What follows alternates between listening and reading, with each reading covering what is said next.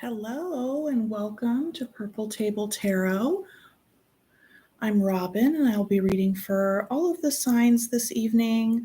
I wanted to try something new and basically do I usually do these 3-card shorties, right? And so they go very quickly because they're only a minute long. And so I wanted to do that, but build on it, okay? And so I'm trying to look up at the camera. It's a little bit strange. Sorry about that. Oh, and they left.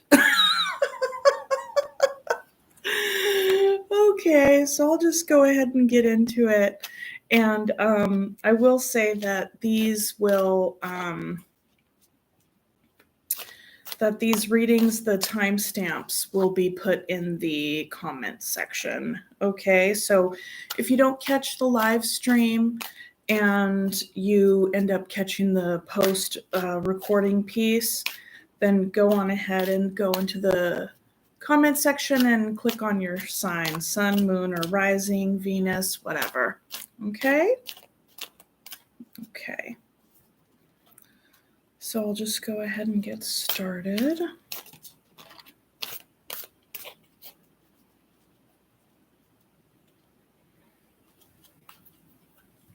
Okay, so the title of this is What Do You Need to Know? It could be like, what do you need to know, whatever comes out, okay?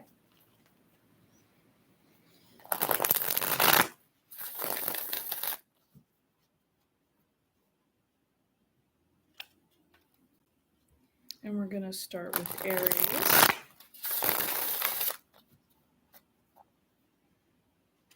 And go all the way through to Pisces.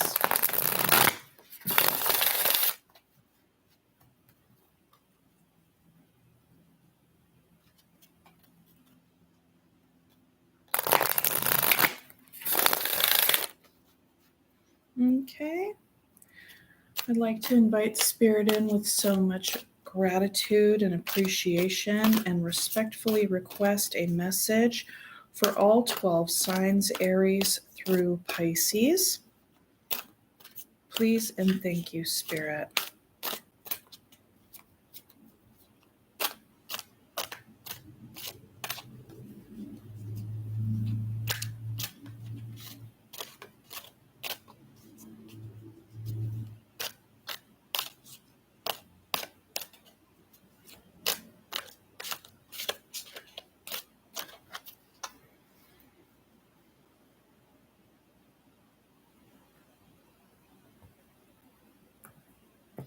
Okay, so Aries, what do we have for you? We have the Hierophant, the Seven of Swords, and the King of Cups, and bottom of the deck energy, Page of Wands. So there's, some beginner energy at this time. You could be feeling quite excited about things, wanting to pursue something with some newfound inspiration or verve. And I feel like, there's a part of you, that is very connected to your heart and to your spirit and your inner knowing and your emotional world, okay? And that is very much informed by your higher knowing and your values, all right? With the Hierophant and the King of Cups.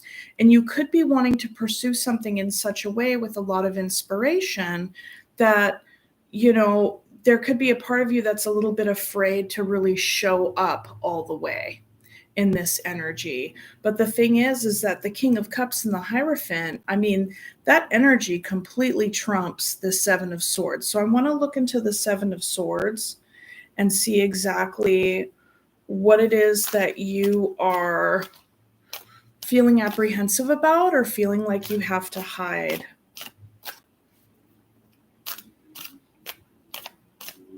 And this is coming to me now. I know, right now in our day and age and on the internet and everything, there's so much about, keeping yourself hidden, as far as not being vulnerable with people so much, because then they may take advantage of you or they may use it against you. So I feel like the Seven of Swords really does speak to quite possibly some trust issues, which we all have trust issues, but that could be what's at the heart of it. But I think with the Hierophant and the King of Cups here, that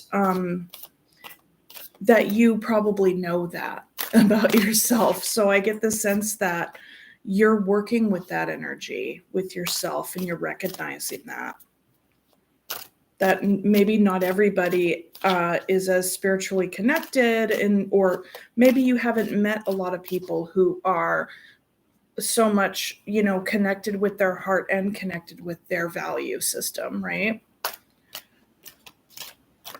That you could be apprehensive about sharing that with other people. Okay, Spirit, tell me about the Seven of Swords for Aries here.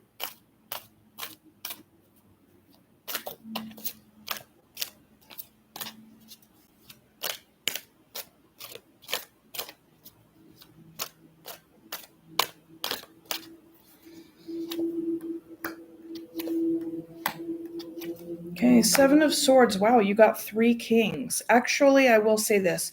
You got 2 kings and a queen, because in this deck I chose this representation of the queen, and it's listed as a king, but be that as it may, you have the King of Pentacles, the Queen of Wands, and the King of Wands. Okay.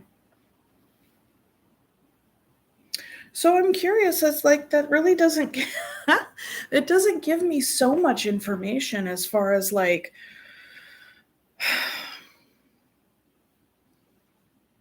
why you would be apprehensive, because these are people. So here's something. Perhaps there's a part of you that's like holding this part of yourself back in your work setting, because we have the King of Pentacles here and the King of Wands. So that's like, leadership and work on some level. Queen of Wands as well. Maybe there's a part of you that is apprehensive about that because, and whether or not you're man or woman or how you identify, these are energies, right? So you could identify as any of these people. But the message that I'm getting here is there can be an apprehension around showing this part of yourself, because that might compromise your marketability. Maybe it'll compromise your attractiveness. Maybe it'll compromise your leadership. So that could be something that's happening, if you identify with any one of these archetypes here. But, I feel like you may identify most with the Queen of Wands, because that's the person who's in the middle here. And you have these 2 other folks on the other side. Okay, what is this? What is this about, Spirit?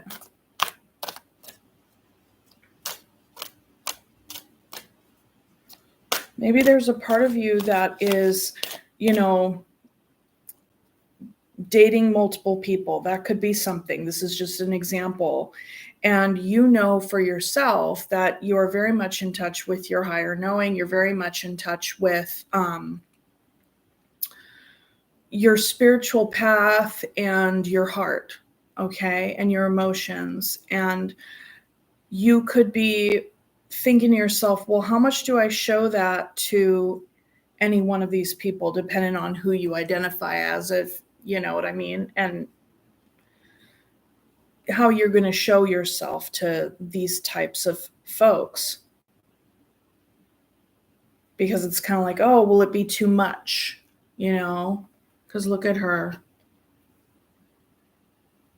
She's holding it close to the vest, right? And there's a lot of apprehension, I feel, for people that when it comes to because this is the Hierophant and the King of Cups. I mean, that really represents your inner world, a merging of your emotions and your spirituality, your values, your own personal doctrine.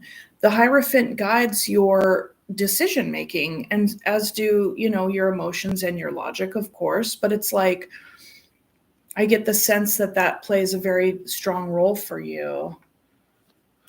So I think that that's also a part of it too, is like, how much do I show of myself here?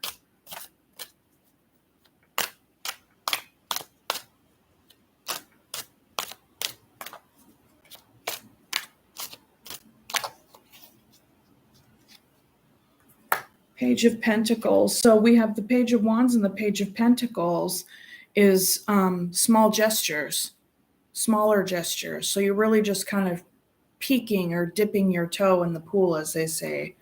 And then we have the Devil, and we have the Four of Pentacles. So the Devil can be fear, or I feel like it represents fear in this reading. And it is also right in the middle above the Seven of Swords. And then with the Four of Pentacles, it's like there's a holding back. Okay. Holding back energy. Okay. Why is there fear around really showing up and showing oneself? Why only the small gestures? Where does the fear come from?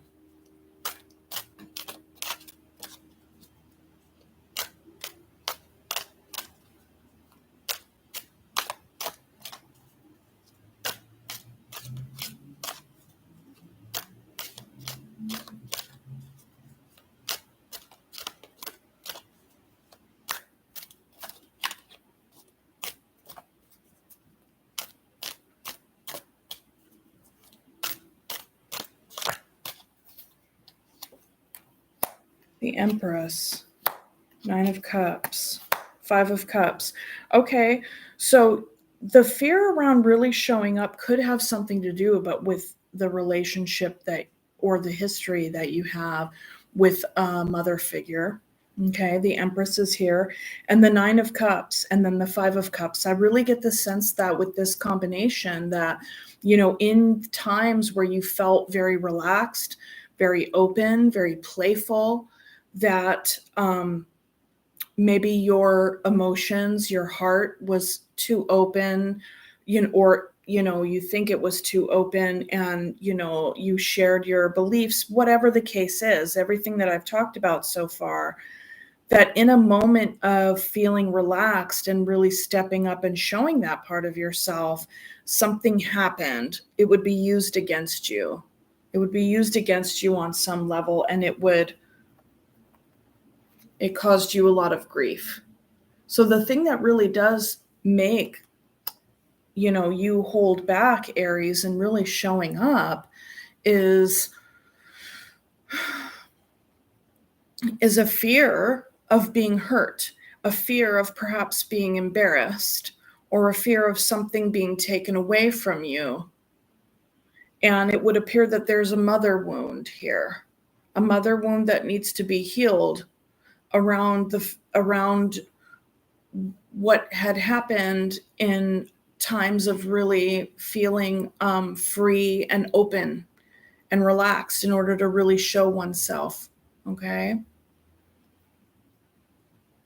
And then we have Ace of Pentacles. I feel like with the Ace of Pentacles, you do have a new opportunity to do that. You really do have a new opportunity to do that. Okay.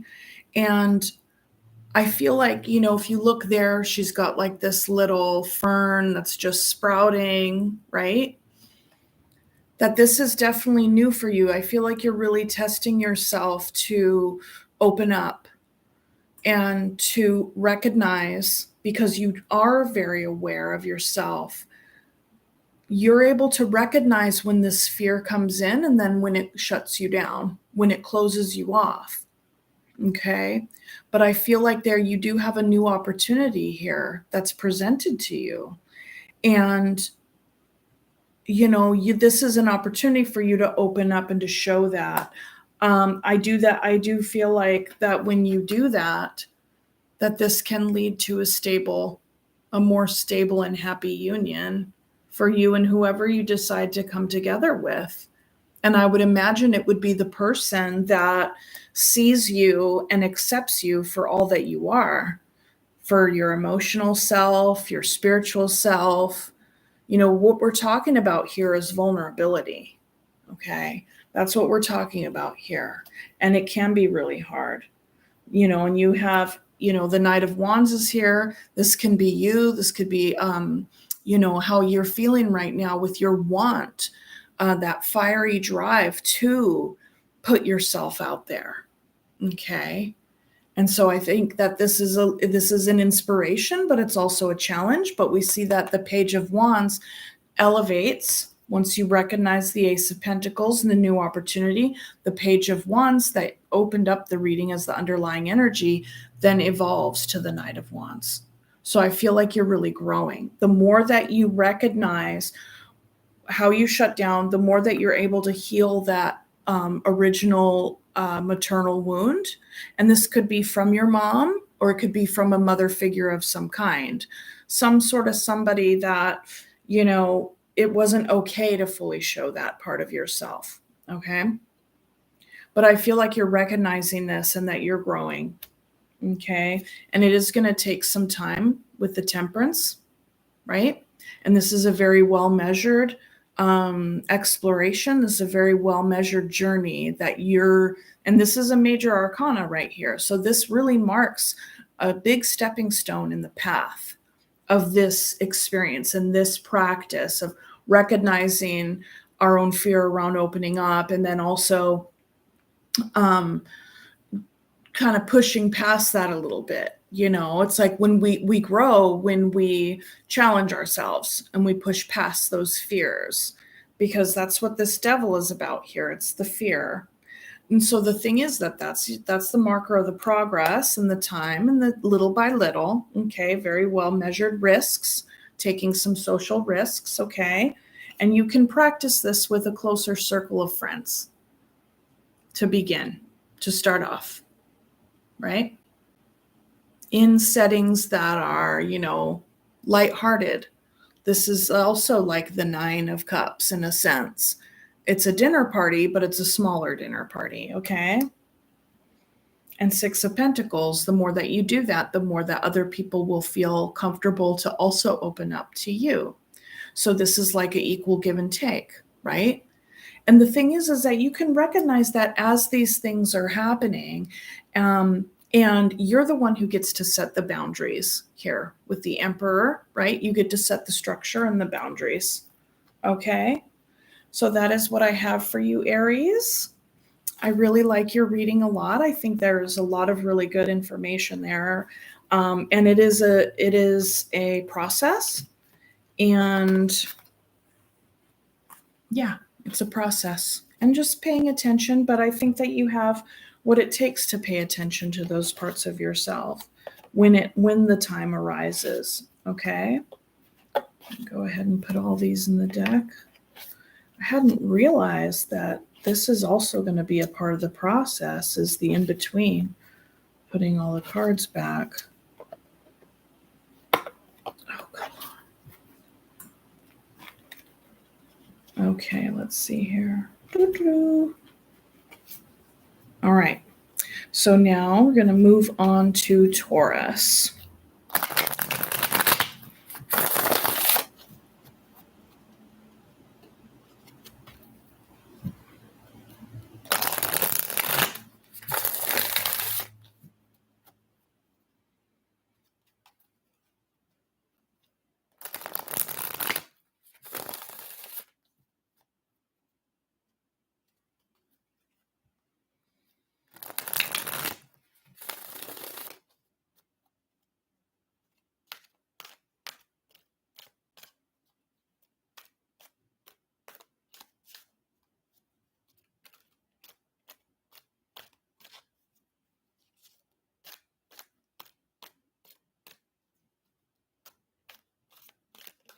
Oops.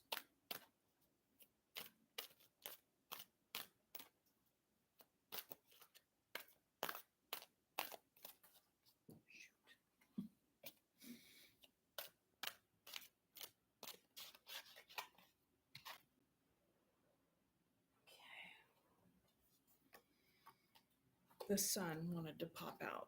All right. The sun wanted to pop out.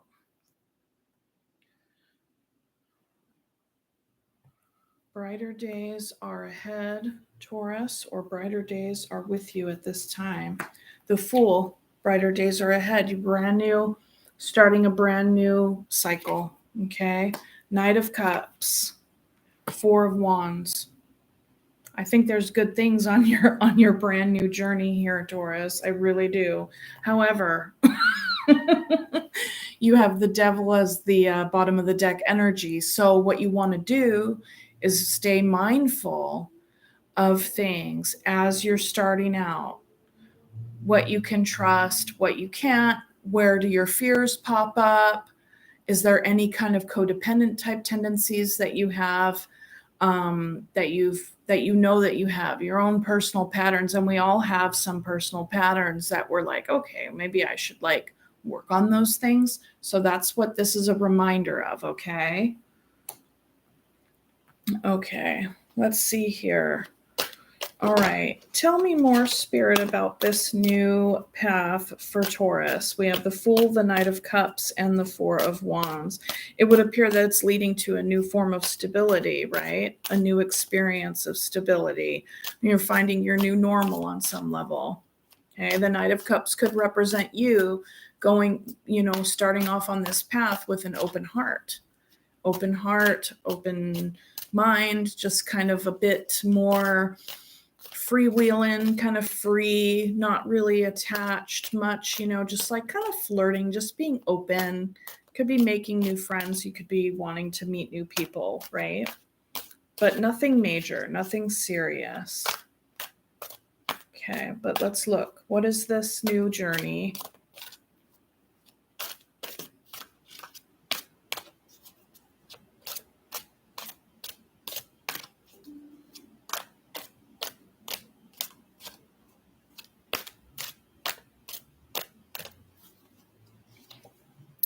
Okay. Hi, Jean. Happy new moon. Oh, you have a wonderful weekend too? Oh, Jean, that's so sweet. I didn't even see you there before. I hope that you rewatch this and see me saying hello to you. Mwah. All right. Okay. So listen, this new journey is coming after a tower, which the foundation has come down, the homeostasis has come down, and it did come down because it needed to. It came down because there was also, there may have been a strong foundation at one time, but something happened with the foundation. Okay. And then we have the Queen of Swords. Queen of Swords showed up, you embodied that energy, and you decided to make some changes. This was based on logic. This was based on reasoning, clear seeing, discernment, the whole 9 yards. It's just like, boom. Like the Queen of Swords, the Queen of Swords, she knows what to cut out. And, she's not an impulsive figure. She is a queen. So she is, air of water. Okay. Air of water. But so she uses that discernment. Doesn't mean that she's without heart. She just uses her discernment. And this is Six of Pentacles. So some divvying up, some equal give and take.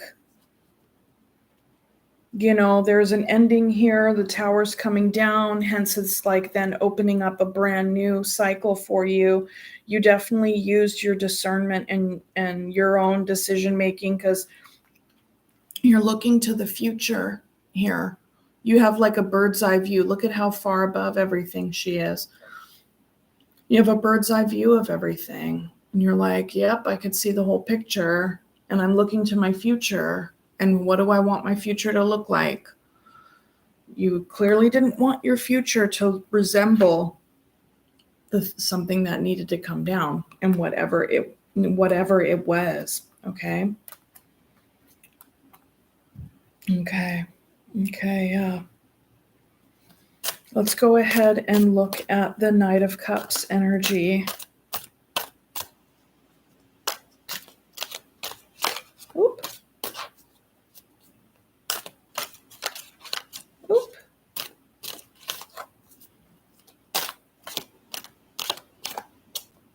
I forgot to mark the timestamps on this.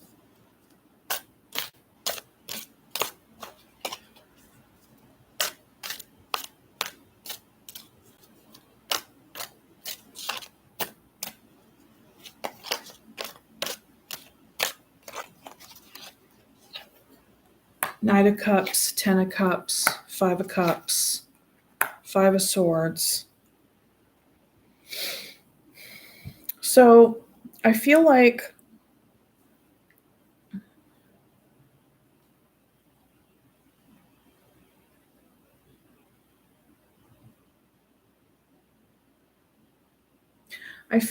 with your new path that you will be getting a lot of offers, because the Knight of Cups could be you, but it can also be people. So this is like an energy, just an energy, and it could be in you and in other people too. Because there's an openness, there's a freshness about you. Okay. And that doesn't mean that you're done grieving the loss and the crumbling of this tower. Whenever a tower comes down, it's big. Even if we made it happen ourselves because we knew it needed to happen. And that's what this Queen of Swords did. She made the decision to bring the tower down. Sometimes towers come down when we're just like humming and hawing about what we know we need to do. And then there's other forms of the tower where we're like, I know I need to do this. And so I'm brave enough to walk toward it, and I'm brave enough to walk through the fire, because what I'm about to walk through is basically broken glass. Like, this is gnarly. Okay. Especially when we create it ourselves, but it's a part of the process. So, Taurus, I feel like you've been really, really brave. You've been really, really brave here. And so as you move forward, there's a grieving of what was lost. Okay. There's a grieving of what was lost here. And that's all right. That's a part of the process, And the Five of Swords, there could be internal, did I do the right thing? Did I not do the right thing? There can be some, intellectual battles with yourself going on. Let's say that you're continuing to engage in anybody from here, because I see a tower coming down. It was created, and then there's still this kind of thing that needs to happen, right? There's an exchange. This could be divvying up of assets on some level with the Six of Pentacles, equal exchange, but like also, who gets what? You get a little bit of pentacles, and I get a little bit of pentacles. It's like a divvying up in this context here. Okay. And so then with the Five of Swords, there could be, you could be bringing your heart with the Knight of Cups. It's like, I'm going to try to remain open. I'm going to try to remain civil. I'm going to try to remain light, not inauthentic, but just like bringing that heart-centered energy. Okay. And, despite that, there's going to be pain that's present, and there could also be arguments that are present. You could be having arguments or some sort of strong words with another person, or even this kind of combat within yourself. Okay. It's all a part of it. It's all a part of it. And it's all right. Because this was big. This was really big, what has happened, And so if we're looking at the Four of Wands here, the other thing I wanted to say is that, let's say, you're coming out on your new journey and you have this open heart, and then you might have people coming toward you, right, to be flirting with you, or to also be like, hey, you want to go out on a date or whatever, right? You can feel apprehensive about that because you're healing. You're healing. Something just came down here. It's very, very significant. And you're not ready. You might not be ready to kind of rebuild, and like, you're still grieving the Ten of Cups, okay, from before. You're not ready yet to have a whole other Ten of Cups. You may not be, with this grief that is present in the Five of Cups. Okay, so let's go ahead and look into the Four of Wands. What is the stability looking like? Because I see this as a process. It's a full-on process. It's a trajectory for sure. And I think that, Taurus, I think that along the way, you're just like, you're really in touch with the experience of everything.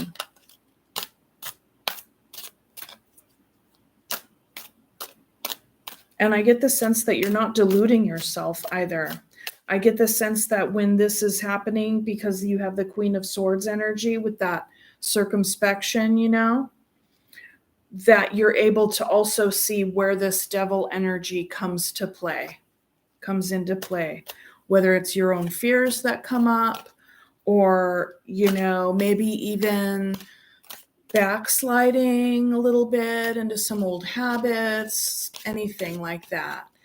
And so, just it's like take it in stride, and whatever happens, whatever comes up, don't use it as anything to hurt yourself with, like it's like I feel like when we have a hard time, we can give ourselves a hard time about having a hard time.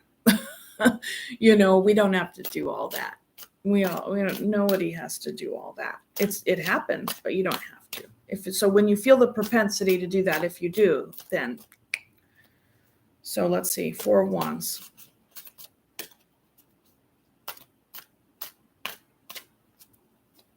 Hi. Is it Meringue? Hello, Meringue Tarot. How are you? Good. Thank you for tuning in. It's so nice to see some folks. We're just a party of 2 right now. That's okay.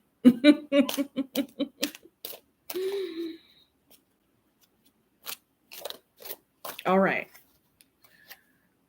The Sun, the Lovers, and the 3 of Wands. So this is like new things are coming, better things are coming on the horizon, okay? With the 4 of Wands, the future part of the trajectory, you're not fully here yet, but this is the direction that you're heading in, Taurus. The Sun, the Lovers, and the 3 of Wands. The 3 of Wands is like, waiting for your ships to come in. So that's kind of why I say like it's not entirely here yet. But the other thing about it is that you'll know it when you see it, because you will be prepared to step through that gateway, because it's also a gateway. It's taking 2 and an integration and growing into the 3, right? That's beautiful. That's really, really something. That's really nice. That's really nice. Okay, let's see. What else? What else do we want to look at? I think that this is good. I think that this is good for you right now. And the thing is, at the bottom of the deck, we have the Page of Pentacles. So this is a small gesture. This is a new seed. This is starting out. This is beginner energy, okay? Look at this. Page of Pentacles, beginner energy, small gesture, starting anew. It's kind of like planting a new garden, right? Learning new things, okay? 6 of Swords, because you're moving away. You're picking up anchor and you're dropping anchor somewhere else. You're moving away from the drama. You're choosing a sunnier trajectory here, Taurus. 7 of Cups. There's going to be options along the way. There can be confusion along the way. A lot of different emotions about this whole experience. Completely normal, completely natural, all a part of the process. King of Swords. That's really interesting because you started out with the Queen of Swords here, and then we have the King of Swords. So there could be a divine pairing in your future. Can also be a representation. You could be dealing with an air sign. And what else was I going to say? So, just kind of an evolution of going from the Queen to the King, like evolving. You could even step into an energy the further along this new journey that you go, where you're like solid. You're like, I did make the right choice. Like I knew it before, but now that I see how the path is unfolding, like I'm certain, like I'm sure, like this was good. This was a good decision, whatever it was that you moved away from. you've trusted yourself back here. And along the way, you can have some doubts, go back and forth a little bit, what have you, but it's all a part of the process. And then at a certain point, you're just like more solid, okay? And then Queen of Cups, stepping so much more into your heart space, opening up your heart more, because we went from the Knight to the Queen, okay? So this new cycle for you is an evolving and a growing.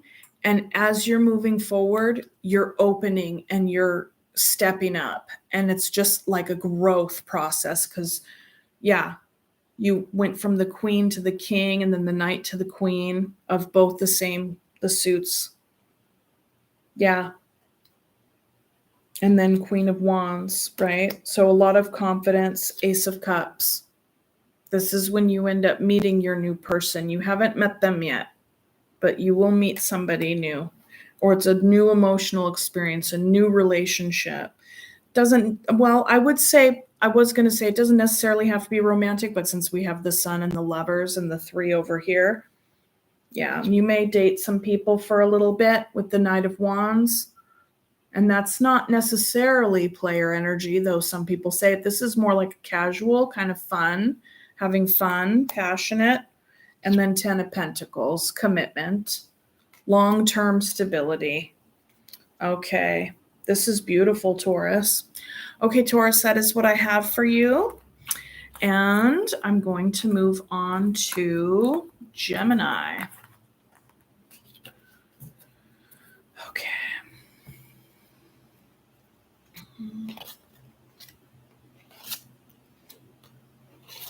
And anyone who's watching this after the broadcast, go on ahead. You can skip forward to the timestamps.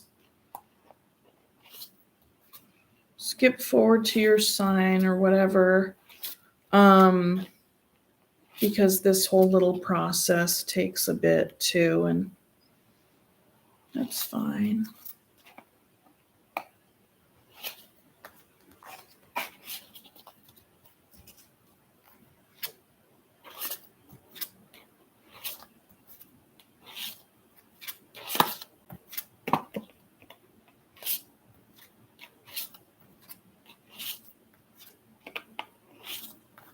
I'm getting hot. I need to take my sweater off. I have a sweater over my sweater. Okay. Let's see here. Have some coffee. I'm going to get a refill. You guys hang tough just for a second, okay? Nobody's in the room, so I think we're okay.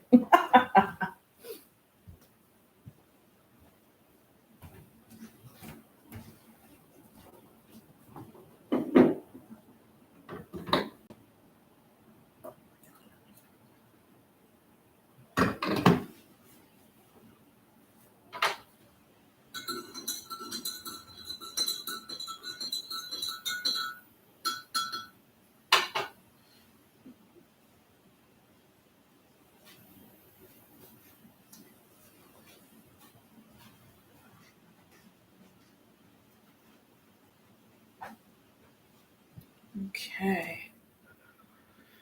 All right.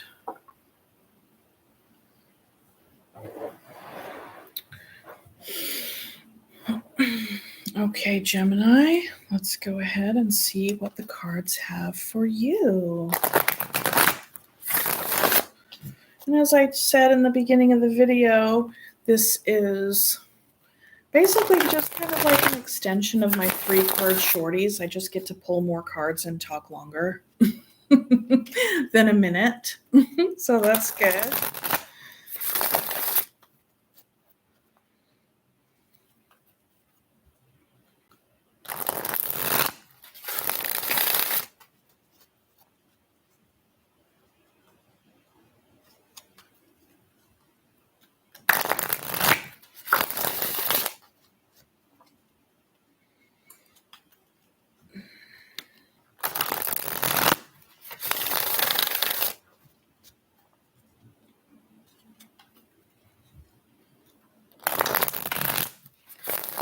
Okay. Okay, I'd like to invite Spirit in at this time with so much grace and gratitude and respectfully request a message for Gemini. I did a little like blessing at the very beginning of the video, but sometimes when I shuffle, I just automatically go into my blessing. So you get 2 blessings. Okay. Please and thank you, Spirit. Much appreciated.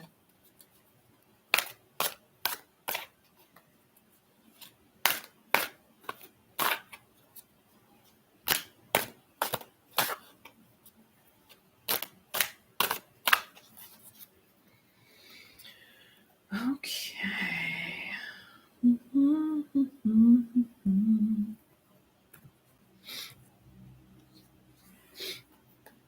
Okay, Gemini, what do we have for you? We have the 4 of Cups, the Page of Wands, and the 5 of Swords. Bottom of the deck energy, we have the Death card. So there's a lot of change happening for you right now.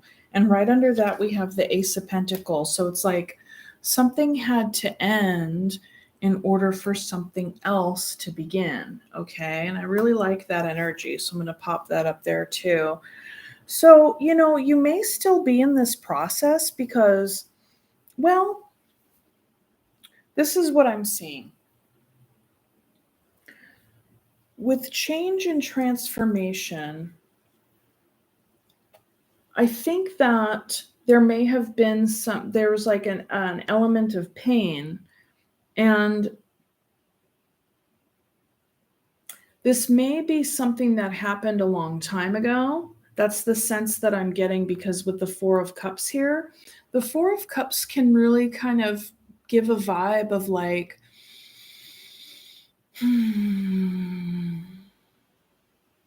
just maybe feeling a little bit stuck or a little stagnant, or just kind of, okay, so the story around the 4 of Cups is that there's this person sitting under a tree, right? And they are just kind of staring at 3 cups and thinking about, there's like a kind of like a thinking about the past. And then, over their shoulder, there's the Hand of Fate coming out with like a new cup, which is the 4th cup. But at the same time, the Hand of Fate handing the cup is the Ace of Cups. It's like a new emotional experience. It could even be like a new relationship or a new something. It's like a new opportunity, a new emotional opportunity. And so, I feel like that is here with the Ace of Pentacles, or you could just be considering what your new Ace of Pentacles is going to be, because Pentacles are like, seeds. It's like we're planting the seed.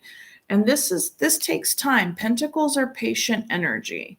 It's earth energy. So, things don't grow overnight, right? It takes time. You have to water it and all the things. It needs sun and all that. So 4 cups, Page of Wands, 5 of Swords. In the middle here with the Page of Wands, there's a sense of inspiration. There's kind of like a new childlike spark that's kind of been ignited. And with the 5 of Swords on the other side, that could be, you want to be careful. You want to be aware of any possible self-sabotaging tendencies, okay? Okay, hang on. I need another sip of coffee.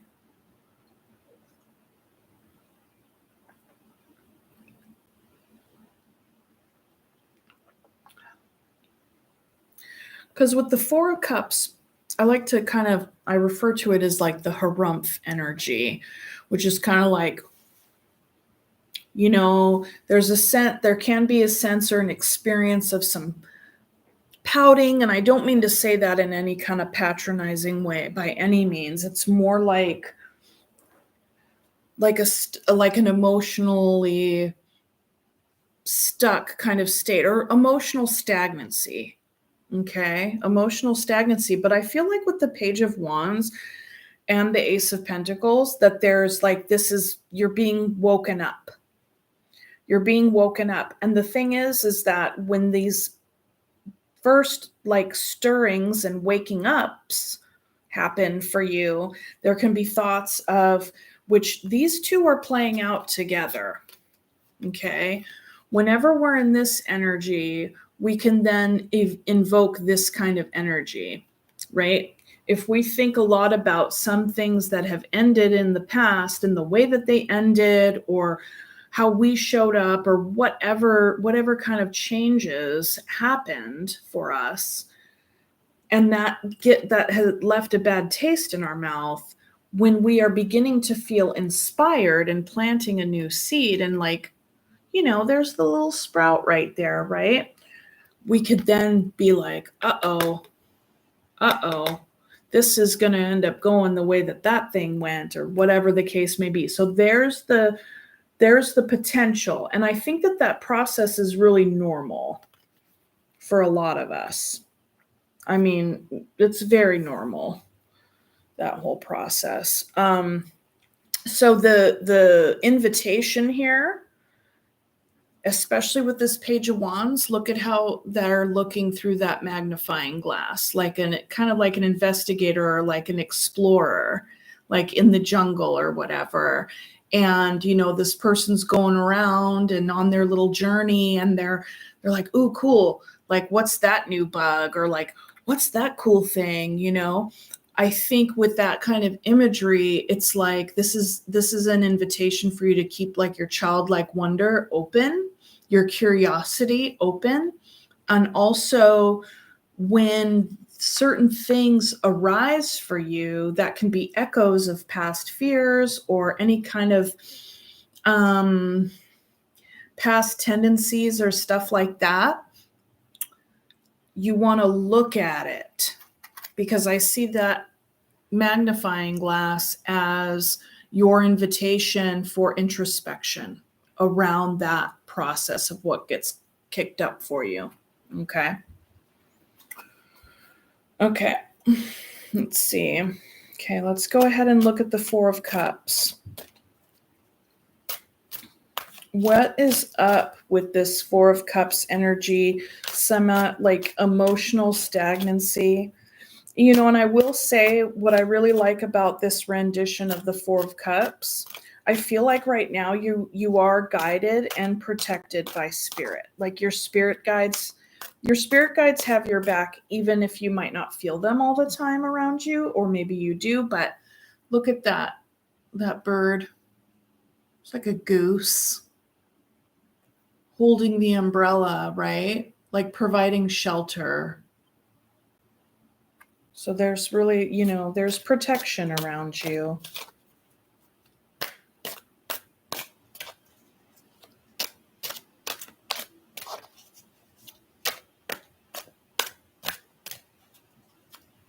Okay, Spirit, what, tell us more about the Four of Cups, Spirit. What else does the Four of Cups want us to know? Why is the Four of Cups here? Four of Cups.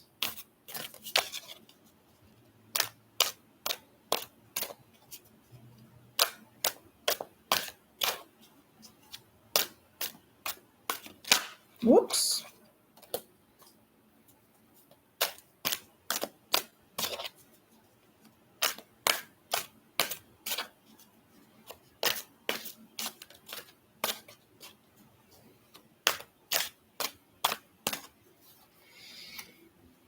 The Emperor, the Six of Swords, and the Nine of Swords.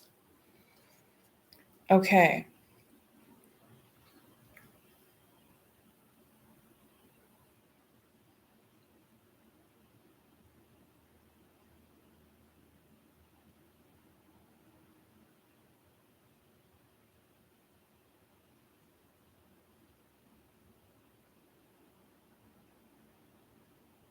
I feel like, so the Nine of Swords speaks to like an anxiety.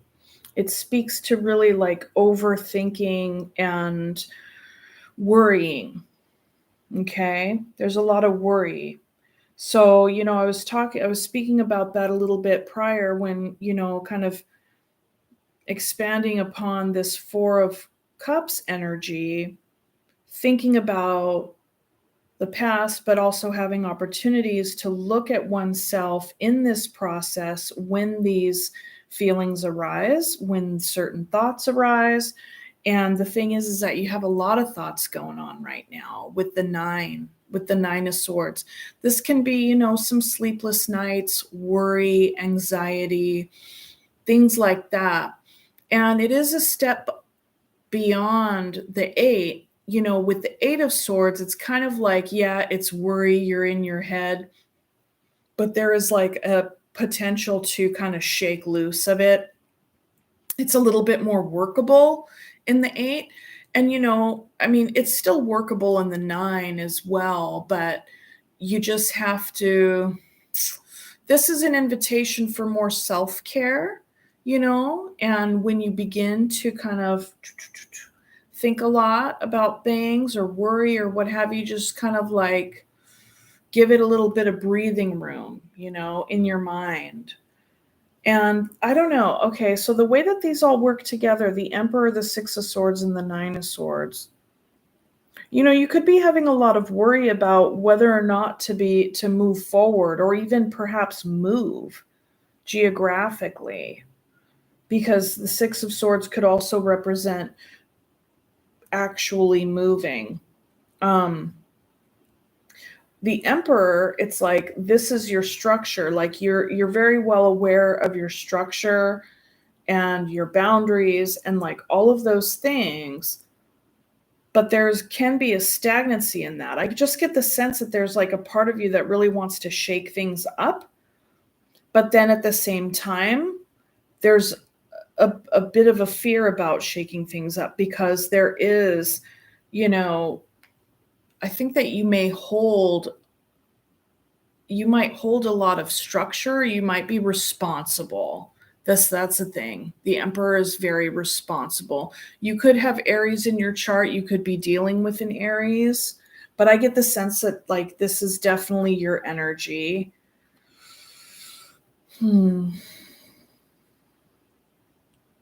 You could feel stuck, or you could feel stuck and stagnant, kind of like where you're at geographically, or even like, see, look at that. There's like a castle on top of the Emperor's head there, right?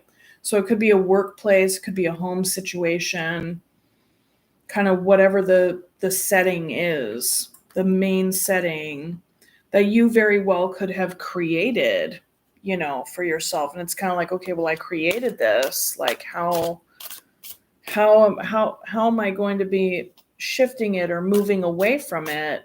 And that could be a lot of what is the worry. And and it's kind of like there is a Four of Cups. There can be a stagnancy because these two energies are in complete opposition to one another. The Emperor stays the course, sets the structure, is kind of the king of the hill in the sense of like, this is the castle I've created, right? And if there's a sense of like the Emperor wanting to like move forward or to do something else, plan a new, Ace of Pentacles, Page of Wands, there's a curiosity happening. There can be a lot of worry about, well, then how do I go about doing that? Like this is my space. Like, I don't know. Okay. Page of Wands. What is the curiosity? Like, what else? What can you tell us about the Page of Wands? A little bit of inspiration, curiosity, learning, moving forward, hearing the call, not so much as strong as, like, say, the Judgment card. That's a whole other powerful, heavy-hitting energy. But the Page of Wands, there's something about the page that's like really like heeding this call, like being drawn, right? Or I should say being pulled to explore, like I say, like I had mentioned earlier. Page of Wands.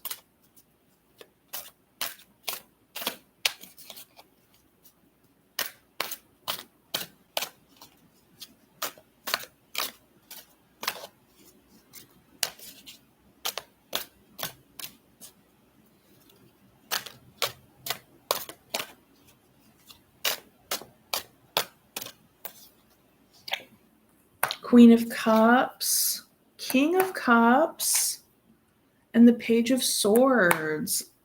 Oh, lovely. And then the Chariot, more forward movement. This is movement, this is moving forward energy. And this is also like a victory, you know, like this is, if you're feeling a little bit inspired here, you're feeling very inspired here. Okay. Queen of Cups. You could be dealing with a and King. You could be dealing with a Cancer, Pisces, or a Scorpio. And we have a divine pairing here. It's like this is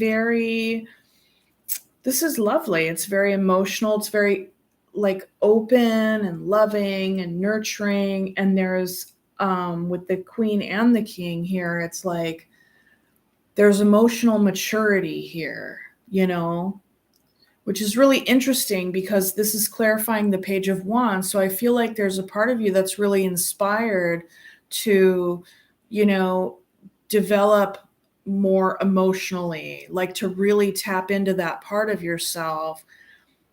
And given that there's the Ace of Pentacles as well, and with the Death having been before, which I feel like it is kind of like a before energy, like, of course, you know, death, it's like it happened, you know,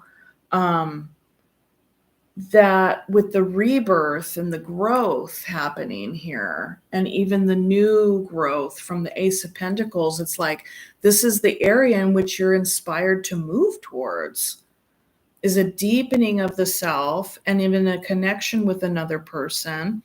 And with the Page of Swords, you could be in this space of like learning about this right now. You could be watching things online, you know.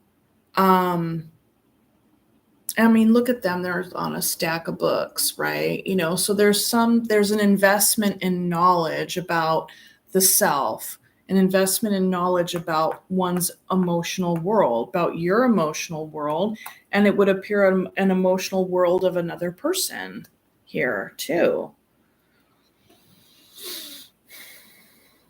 And the Chariot at the bottom, that's more Cancer. This is a major for Cancer. The sign of Cancer. With the Death here, that's Scorpio energy. The Emperor is Aries. Okay. Yeah. I feel like I've just gone over it, but like a stagnancy and then like a wanting to move toward and grow and develop. And like also like reflection of the self. And then there's some like holding back, or more like fear around that. I mean, and with the Emperor, that's also very structured. That's really, can be like somewhat of a stoicism, a little bit of a stoicism too. Okay, let's look at the Five of Swords.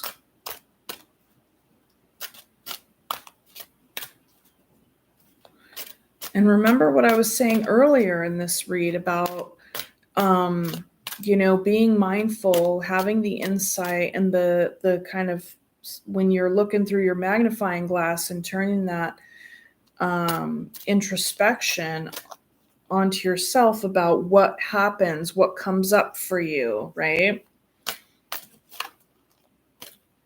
And because those things, you know, if well, let's just look at the Five of Swords, you know, because the Five of Swords can also be self-sabotage. But the thing is, you have a lot of beautiful energy, but I'm getting kind of this overall feeling of like a little bit of a conflict with oneself, like a little bit of a battle going on, you know, a little bit, maybe not too major. I don't know. I mean, you have the Nine of Swords here, so that can feel pretty major. Yeah. Okay. Come on. Five of Swords.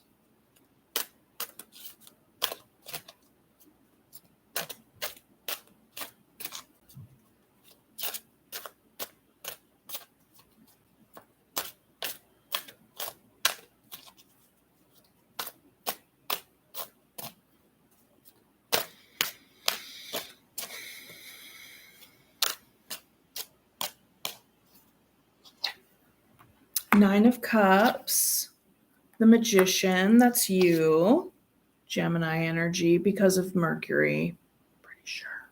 And the Hierophant, Taurus energy. So this is beautiful. This is really beautiful. The Magician, the Hierophant, and the Nine of Cups.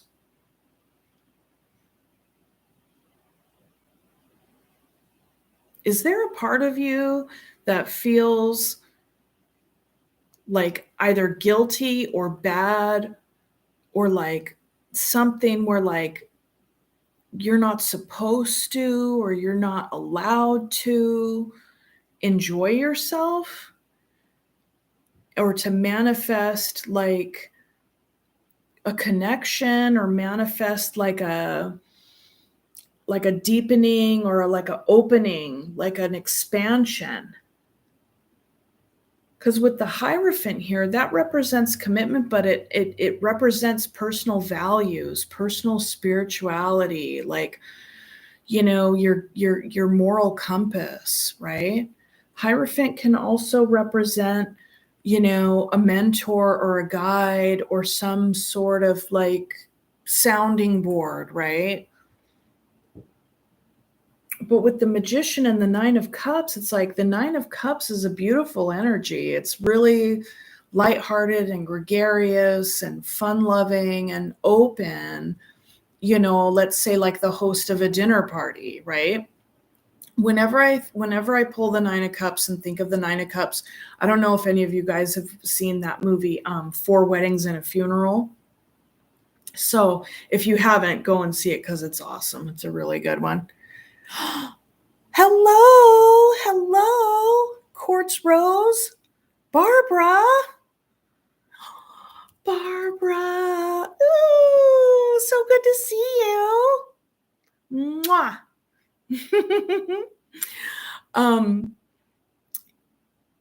Hello, darling. Hello. Oh, Barbara, I'm so flattered and like I'm kind of fangirling right now. I'm so glad you're watching me. It's just us. But that's okay. I'm totally cool because we could just be having tea, right? Or coffee, like I'm having coffee. Oh my God. Look at my little mug that I made. Well, I didn't make this. I colored it. I painted it at the ceramic store. It's a little cauldron with little witchy boots and a broom. Isn't it cute?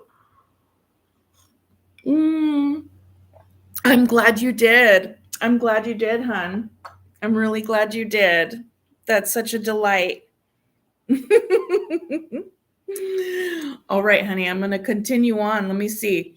Okay, so Gemini, you know, it's like I would wonder if you're feeling like, yeah, because you don't want to like the self-sabotage with the Five of Swords can be, can really kind of put a damper. So where was I going? Oh yeah, Four Weddings and a Funeral. The Nine of Cups is the guy that ends up passing away. But the thing is that he lived such a full life because he's just like so awesome. Like he goes to all these weddings, right? Because he's a part of this friend group and he's dancing and he's just like living life to the fullest, right?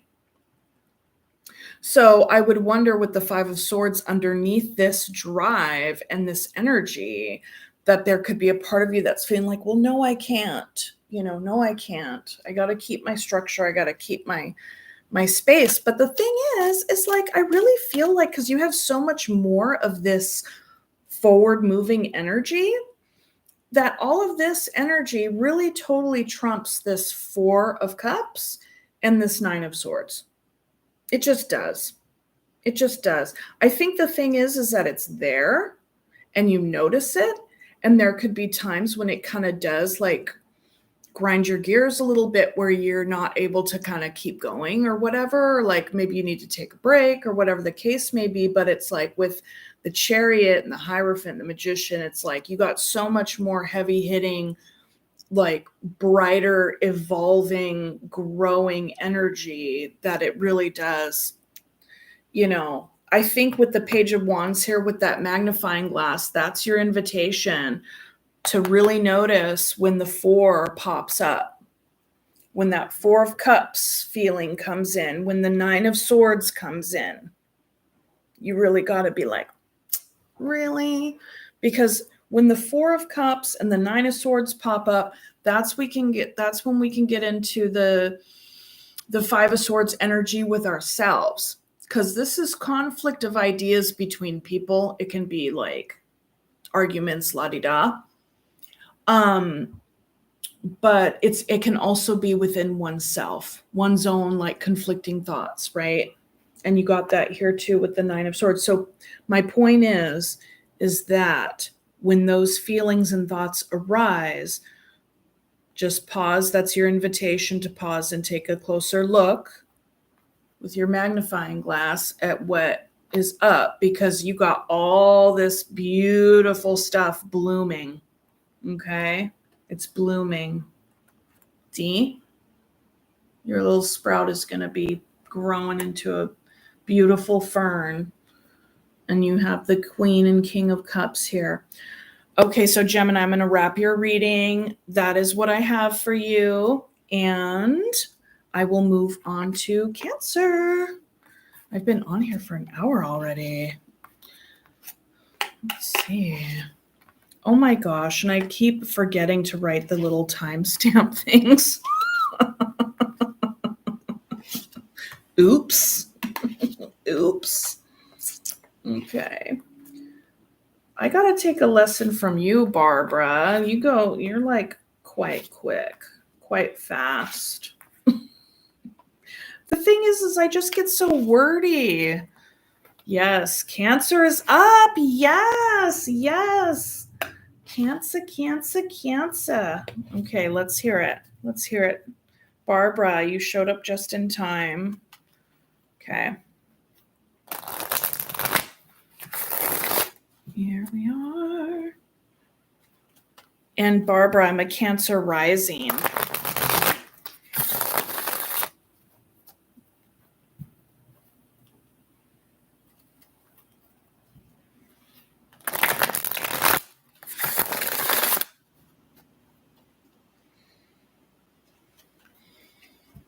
Okay.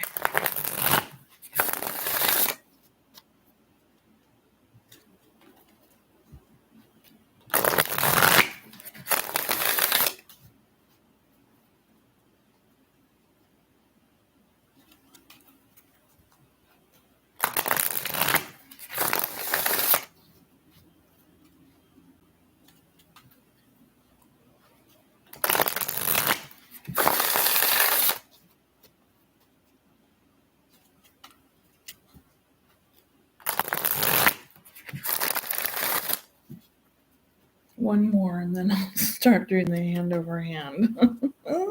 It's a feeling thing. I know I shuffle a lot, but it is a full-on feeling thing.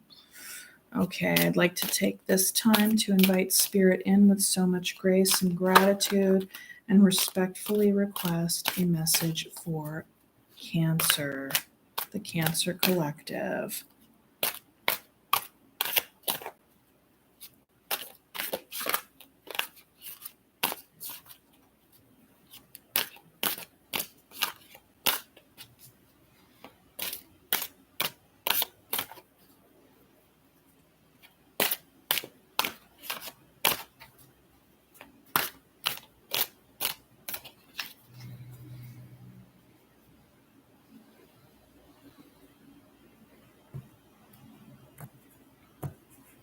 Okay, Cancer. Oh, the Lovers, the 10 of Wands, and the Hanged Man. Oh, wait, that's not what I wanted to do. And the Ace of Cups. Yes, and the 2 of Cups under that. Yes. Cancer. My gosh, look at this beautiful spread here to start off. This is very lovely. So Cancer, I'm seeing that there's a really important connection here for you, a very important connection. It could be, and I'm thinking that it's new because we have an Ace of Cups here and the Two of Cups. Like, this is really nice. Two of Cups and the Lovers together. And then we have the Hanged Man energy over here.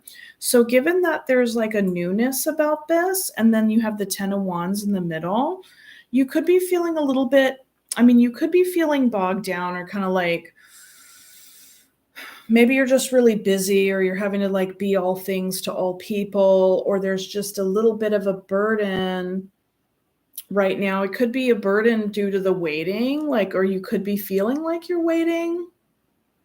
There can also be a heavy feeling on account of, really seeing this connection, because even though it's new, it feels very deep. It feels very, it just feels very significant and very beautiful and very connected.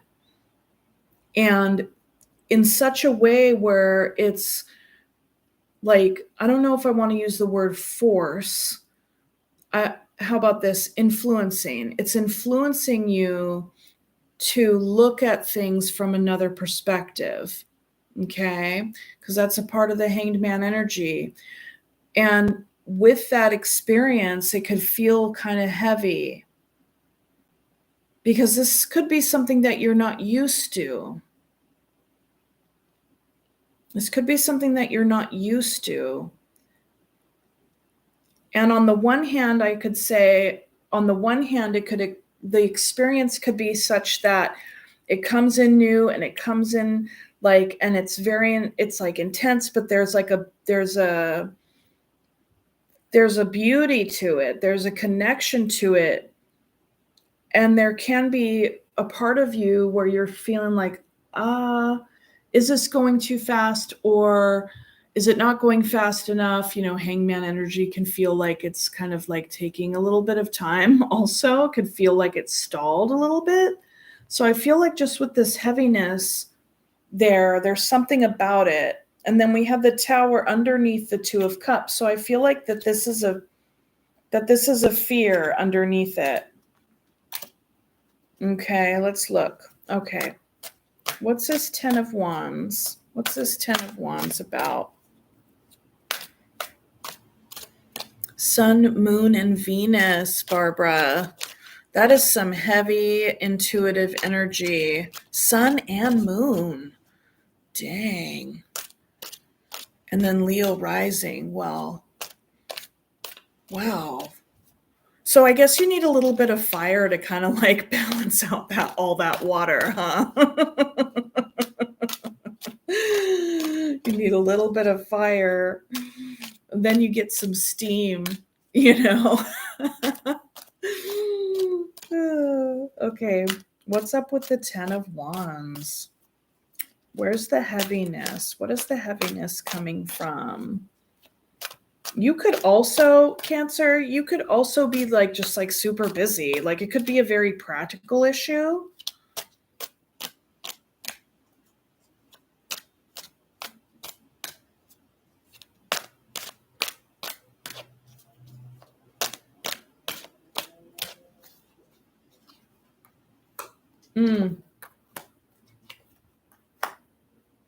So that's what it Okay, so the Ten of Wands is clarified by the Queen of Swords, the King of Swords, and the Eight of Swords. So what this says to me is that there's a lot of thinking going on when it comes to this connection, because I just feel like, Ace of Cups, Two of Cups, it's water, it's the lovers, it's all the things, right? It's beautiful, it's sumptuous, it's like, oh, and then it's like, oh, then the heaviness comes in, and it's like coming in because of like all these thoughts, like all this air energy. It's like some overthinking about it, and given that the Queen and the King is also here, we got a pairing. This could be happening for both of you. And the other aspect of the Hanged Man, like I had mentioned earlier with the shifting in perspective, it's like, that's what it's about, like with a perspective issue, it's like there's thoughts like dictating the perspective, So I think that you're having a lot of thoughts about it right now, Cancer. There could be a part of you that's like, oh, well, I could just let myself get swept away in this experience, very emotional experience. But then the burden comes in when it's like, well, I can't just get swept away with this emotional experience. I need to stay smart, and it's kind of like, okay, what's that about?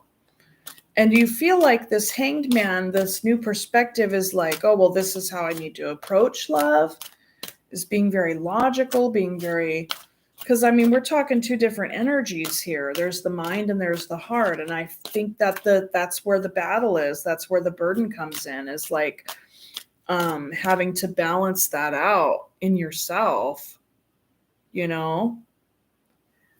and this could be happening for your person as well. That's a possibility. We have Pisces energy. We have all the air energy, Aquarius, Gemini, Libra, and then the Lovers is Gemini. So we got Pisces and Gemini. Yeah. And the 10 of Wands. That's the heaviness. I get the sense that like this is something really big and you're like, oh my gosh. And then you're like, okay, I really need to like not. I feel like with all the air energy, with all the mind energy here, that could be an overthinking around not wanting to mess it up, or like, I don't know. Some controlling. Let's look at the Hanged Man.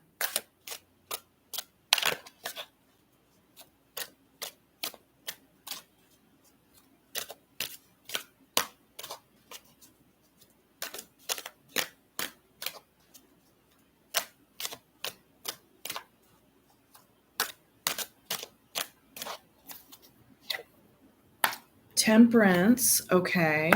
King of Cups, 5 of Wands. Okay, so with the 5 of Wands, we see there's some strategy at play, right?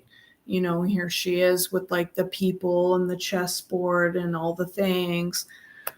And I feel like that kind of piggybacks a little bit on this like high mental energy, logic energy, overthinking, because it feels beautiful. And then there's this added burden of like maybe feeling like you have to be strategic in the face of this love experience. King of Cups is emotional maturity, and then Temperance. And I had mentioned, so the Temperance is clarifying the Hanged Man. You could be experiencing this very differently because it might not be going as fast as some of your other past relationships have in the past, or whatever. Your experience of love could have been like hot and fast and all the things, but it's like, the things that burn fast or burn very hot can burn out right away, and so I think that with the the King and Queen of Swords here, that there is somewhat of a balancing, and with the Hangman, of a new perspective of having to take things a little bit slower, because we have like the Hanged Man and then the Temperance, and having to be patient and like all of that, and maybe even strategic about how one continues to like move in this space. Like if you're feeling all this and you're used to like just like going with it, right? It can feel funky to have to put the brakes on that. With this kind of Temperance and the Hangman energy. That's an interpretation for sure. And even just kind of the strategy could be the heaviness of it, right? Thinking, trying to navigate it. Because that's where I feel like this energy is coming in a sense of like feeling like you have to navigate this with the mind, or like feeling like you have to strategize. That's tough. You don't want to, I don't know. I mean, Because then it's a game, and you're not playing games. Yeah. Okay. Let's see here. Let's pull some more cards. Let's go ahead and just pull 3 on the Lovers here. But part of me kind of doesn't want to, because it's like, ooh, let's just keep it with the 2 of Cups, the Ace. I want to like pull on the Lovers and have it come up something funky. So let's see. Oops.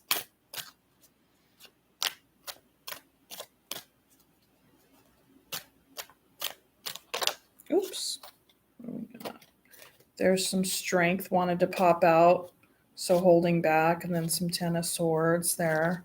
Overthinking or like afraid of holding back out of a fear of an ending, probably.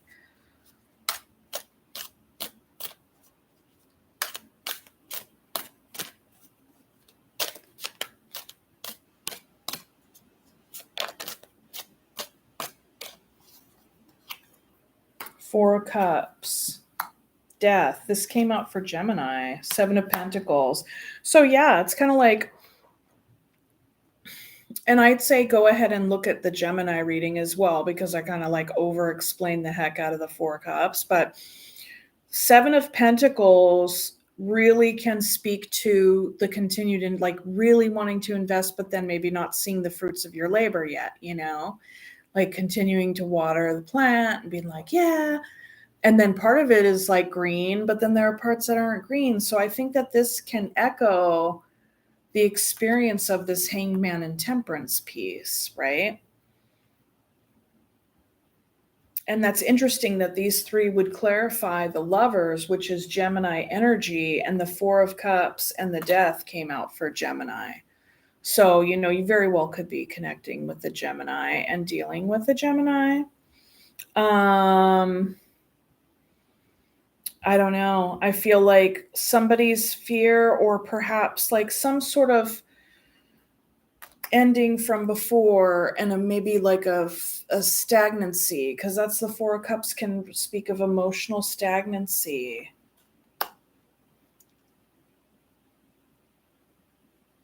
In Cancer, there can be some strategy on your part and overthinking on your part of like not wanting this to like be a missed opportunity because of the slower pace. I get the sense that you feel like if it goes slow, then it won't grow. But that's just it. It's kind of like, like with the Pentacles energy, it's Earth energy. Earth energy is slower. I don't think we have any Earth energy here, but that's just something I'm saying is like, just because something doesn't move fast doesn't mean that it's going to like not grow. But I can see that that's part of the fear, or that's part of the overthinking here. So let's look at the bottom of the deck energy. Yeah. So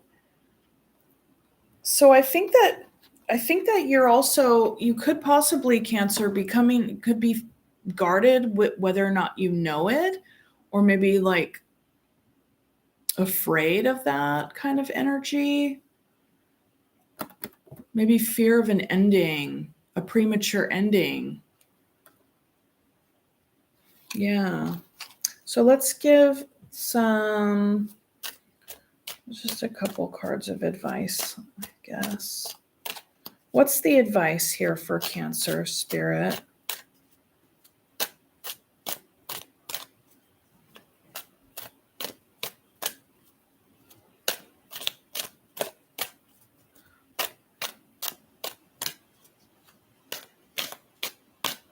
What's the invitation? 4 of Wands. There's stability, rejoicing, celebrate and enjoy this person. Enjoy this person. Don't overthink things. And you don't need to strategize. Do these people look like they're strategizing? They're strategizing a party? When you just like step into the flow And then there's judgment. So this is huge. Like the judgment card is like really deep. This is a resurrection. This is a new way of doing it, right? Like I had mentioned before, there can be a lot of anxiety because I don't think you've experienced this kind of thing.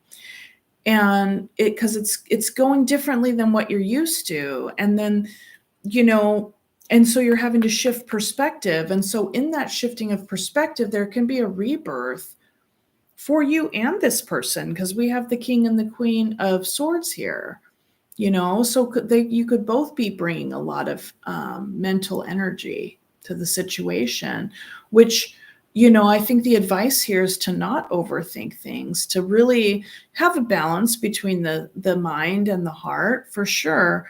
But don't get so bogged down in the mind to where like the heart just gets lost, but the judgment is like a rebirth into doing it in a different way. There's an old way that it's kind of like stepping into a new version of yourself. This is big. This is really big. Yeah, and growing something, growing it from the ground up, building a strong foundation, cooperating with each other. And with the 3, it's like it's still new, like you're just kind of going through the pentacles, building it. The people are just, you're here with the blueprints, right? You're at the blueprint stage. Yeah. And the Star, there's a lot of healing in this. So I think that this is plenty for words of advice. Just like keep your heart open and trust your heart, and keep the balance between your heart and your mind, because there is a lot of healing in this. This is very beautiful. Yeah. Yeah. And this is like a wish fulfillment for sure. For sure. For sure. Okay, Cancer, that is what I have for you. Okay, I'll see you next time. And we're going to be moving on to Leo. I'm going to try not to put all of these in the deck one right after the other, but I can't help it. That's kind of how I do it. But here.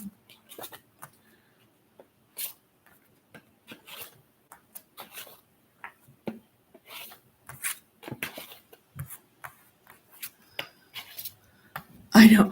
Are you asking me why? Why do I put them in this way?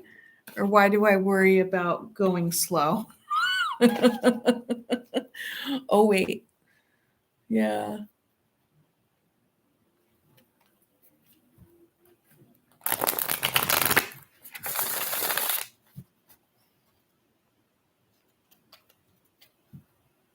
Yeah, I know that's what your channel is called. Cancer, Cancer, Cancer. You got 2 channels, the Cancer, Cancer, Cancer, and the Quartz Rose. Okay.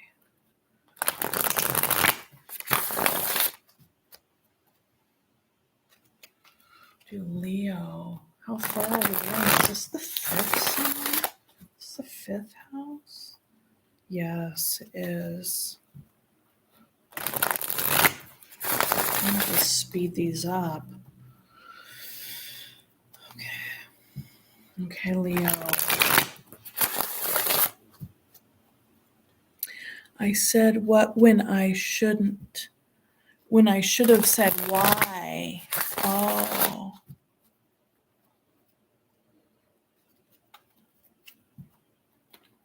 You said what when you should have said why. What was the question, Barbara?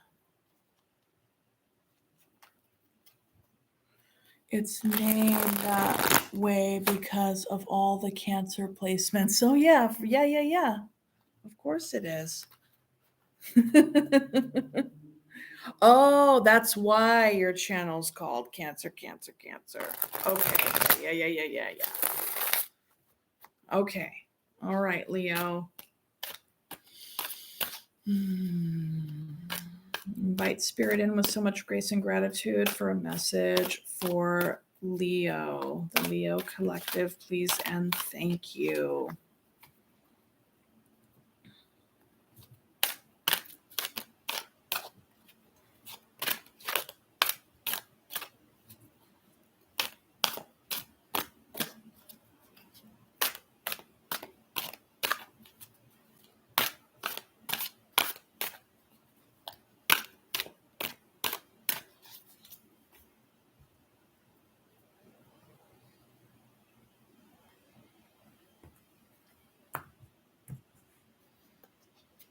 Okay, Leo, 7 of Swords, 5 of Cups,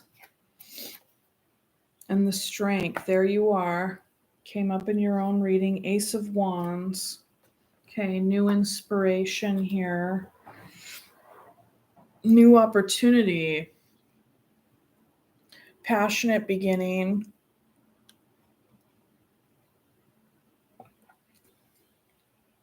So Leo, I get the sense that you're feeling really bummed out right now. So at the center of this reading right here, the center of this 3-card pull, there's grief and there's sadness, of cups that were spilled, and like really focusing on that. But I feel like with the Strength, you're calling in with your own heart to try to like make sense of it and grow from it, and just kind of like, I want to say be with it, but then when I see the 7 of Swords, there could be a part of you that's maybe, I wonder if there's a part of you that could be denying or not fully acknowledging how much pain you're feeling. Like, I think it's definitely a felt experience, but you could be holding back that is what is going on inside of you. So like, and so much to the point that you're just kind of like, well, yeah, like I feel this inside me, but I'm just going to kind of like not show that, not show that, hold it back, and really kind of go for the new, or screw all this grief stuff in this process. Let's just keep it moving, keep it moving. Okay, what happened here? The 5 of Cups. There could have been another interpretation of this is that, the Strength is an invitation for us to balance out our base desires with our higher knowing. And given that the 7 of Swords is here, and then the 5 of Cups, you could have, and then the Ace of Wands, there could have been an experience where that wasn't entirely tamed, and there may have been a little bit of sneaking, and it could have, I want to put this energy with you because, the Strength is here, and that's you in the reading, and this is your reading, Leo. So, maybe you engaged in some sort of deception, and now that you're feeling it. You could be feeling guilty. You could be feeling regret.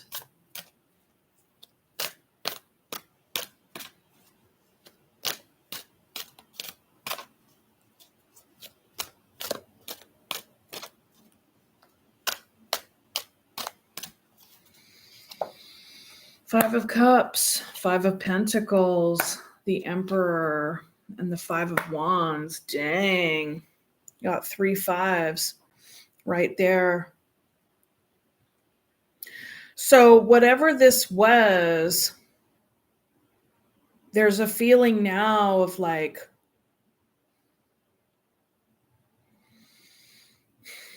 being out in the cold. Yeah, I mean, I think that this 5 of Cups is regret. I think something happened. There was a choice that was made, perhaps a very impulsive decision, or like a passionate in the moment kind of flash, and you went for it. There was a very fast moving opportunity, and it was passionate, and you went for it, and now you're feeling regret and, feeling out in the cold.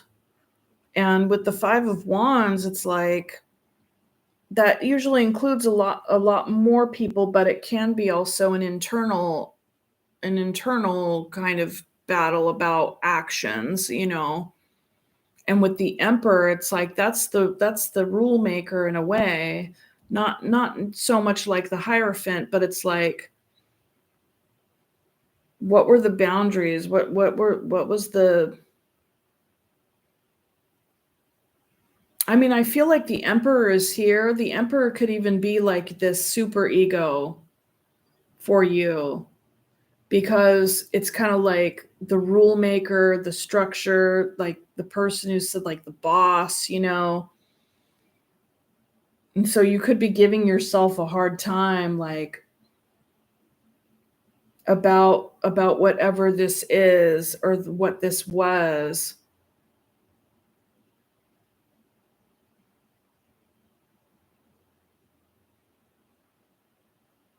I feel like with the strength here,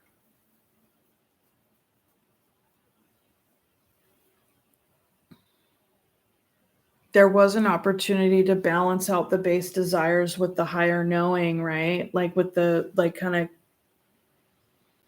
trying to, I don't know. I feel Leo that I'm looking at here. I'm just going to be completely honest. I feel like there was an opportunity and you took it and it was awesome in the moment, and that like now you regret it and you're feeling out in the cold and you ended up breaking your own rules and now you're trying to strategize on some level. How can you maneuver this in order to like maybe maneuver out of feeling this energy? And this could be you, or this could be what you're experiencing from another person. At the bottom, I had the Page of Cups. So there's a lot of reflection right now on, you know, your own process and how you show up in relationships and like what your emotional world is looking like. You know, kind of put you back at the start in a way with that page energy. Ooh.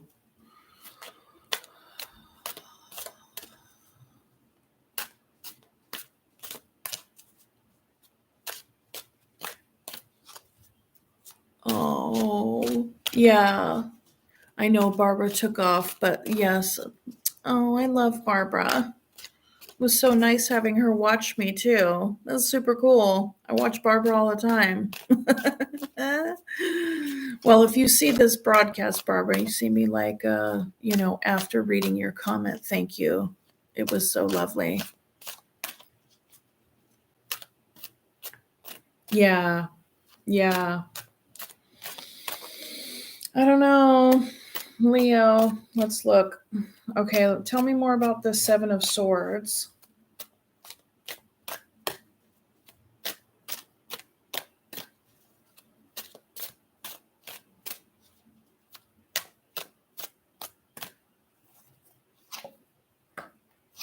Page of Cups, King or Queen of Wands, and the Moon. Yeah, this was under, that's like we got kind of like this double secretive energy, you know, kind of like the Seven of Swords is somebody who slips away in the night, right? And then we have the Moon and the Queen of Wands, who's typically the hottie, typically the temptress, the very confident, delicious lady, or that energy, you know. And there's a curiosity here, right? With that Page of Cups. Yeah. I think somebody fucked around and found out. That's what I think. Mm-hmm. Sorry. Just have to call it as I see it. But whatever the case may be, feeling a lot of regret and feeling kind of put out now, trying to strategize your way back.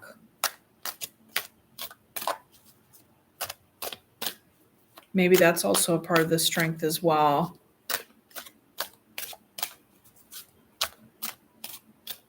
Maybe you're wanting to be like a regroup, you know, get back in touch with that higher knowing. And with the Emperor here, it's kind of like, how do we father ourselves through this experience?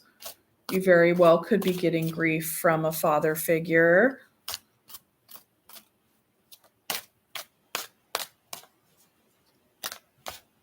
I just was like, I just heard like, I didn't raise you that way. I don't know.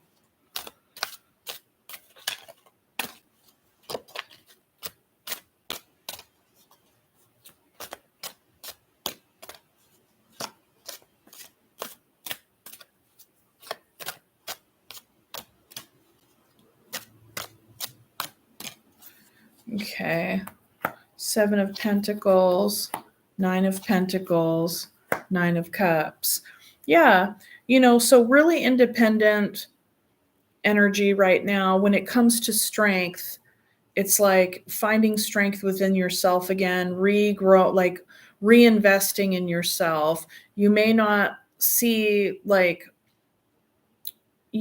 yourself ultimately right now where you want to get to, where you want to be, but there's still a gregarious energy about you along the way. I feel like that's a part of it too with the strength and the 9 of Cups. It's like there's a little bit of an indulgence with the 9, right? And so I think that part of this is working on your own sense of self and wanting to invest in yourself and get yourself to a place where you want to be. Because the 7 is like, you're continuing to grow, but it may not be like where you want to be yet. And I think that with the 9 of Cups, it's like you still want that gregarious fire part of you, that love, that happiness, that sense of celebration, but also recognizing where those indulgences can lead, like maybe be more, I don't know, with the 9 of Cups, that figure in the original Rider-Waite, he's like hiding something behind his back, right? And then he's got all the cups behind him. So it's kind of like he likes to share his bounty with everybody. And he's also really not very, a lot of times when we're very fun loving and like that's how we show up, and we may not be so serious, right? It's not a serious energy. And so there's a way in which you, or the Leo that I'm looking at tonight, is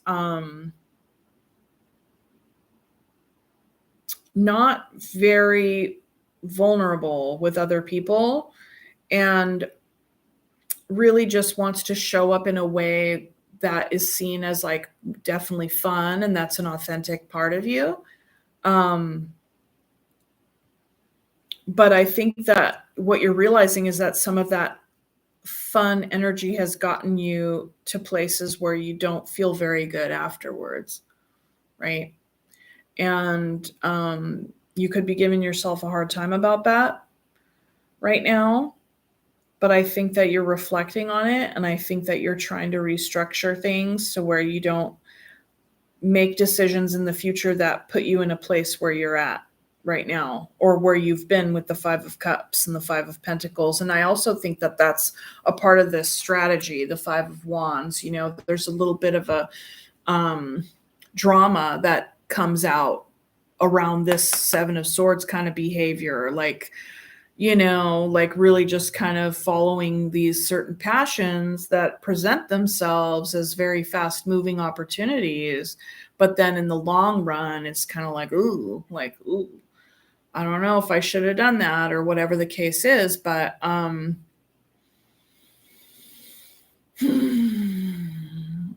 so I think with the 5 of Wands is a little bit a conflict within the self. There could even be a conflict with other people about certain decisions that have been made. You could have had conflict, like with a father figure here as well. You could have this can also be an internalized father figure for you, hence what you argue with yourself about, like, was that a good decision, or should I have been like sneaky, or was I withholding, or all of that stuff playing into this whole reevaluation of how you want to grow, yourself back here, right? The 9 of Pentacles and this 7 of freaking Pentacles, right? At the bottom of the deck, we have 5 of Swords. You got all the fives. 5 of Swords can speak of self-sabotage. And we look at this person there, right? They're hiding behind the rose, but then there's also what's missing from that shadow figure. There's like an empty space where the heart was. and there's stitches over it. It's kind of empty. There can be these experiences that can be very fun, but then they can leave you feeling empty and in conflict with yourself when these things come to pass. And it's then there you are, right? In the middle with all the fives in the minor arcana. That's tough. There's a tough lesson. I get the sense that there's a tough lesson happening for you right now, Leo. 7 of Wands, guarded. Kind of there's defensiveness, boundaries that are up, but then there's Chariot. So I feel like Chariot followed by the 6 of Wands, it's like there will be a victory. There will be a victory here with a new beginning, with the Ace of Pentacles. King of Swords this time, it's like you're really taking this lesson, this life lesson to heart. You've learned a lot from this, so much so that it's like, with the new beginning here, with this Ace of Pentacles, I feel like you're just definitely wanting to show up in a new way and being very clear about that. Very determined, very clear, very determined with this regrowth of yourself. Because in the middle here, like these other kind of maybe impulsive or sneaky decisions have led you to feel very regretful and very much out in the cold. And with the 6 of Wands, there's like a return. There's a lot of energy around moving forward and returning. There can be a part of you that really wants attention, though, at the same time. So be very clear about your motivations, Leo. Ace of Pentacles, new beginning, really being very discerned about the very clear, very determined with the King of Wands, because you want your 10 of Cups. You want your 10 of Cups back because somebody walked away. Somebody that you had so much fun with, and that was like not only somebody that was really important to you, like a 10 of Cups, but also a friend, And there's been a lot of resting on this with the 4 of Swords and the Hermit energy. You've really gone inward to reevaluate your devil energy, the temptations, any kind of funky parts where you're just like, ooh, like I got to work on that. Like this can be fears, this can be codependency, this can be addictions, all the things, the temptations, because yeah, your Empress. I think you messed things up with your Empress. This can also be the mother figure as well. There could be some work that needs to be done around the mother wound.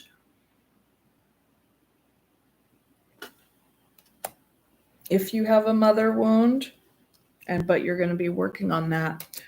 So you're going to be doing, I could go on, like the truth is going to be revealed. I feel like with this work that you're doing on yourself, Leo, that like you're really getting in touch with your truth, your personal truths.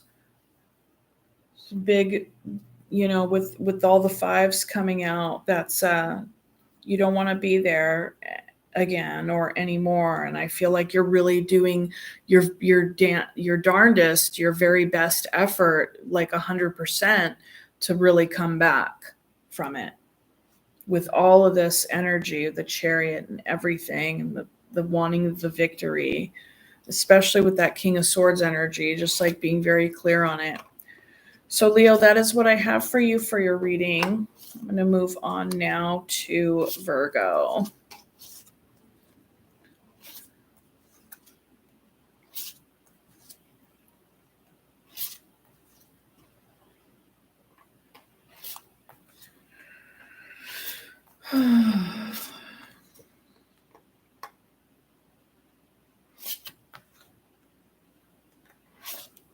Okay, and if you're watching this later, be sure to go ahead and pop forward with the timestamps, because nobody wants to sit and wait through this part.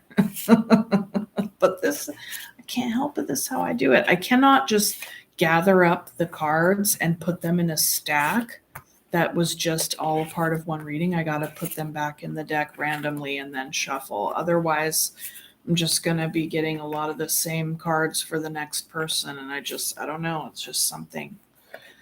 It's just one of my things. Okay. I've been on for nearly 2 hours now, and I am at Virgo, which is the sixth house. So we're halfway through.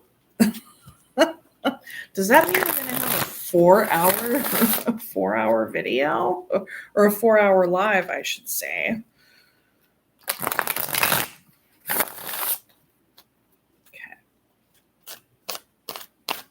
It's a good thing it's Friday night because I would not want to wake up early tomorrow and go to work.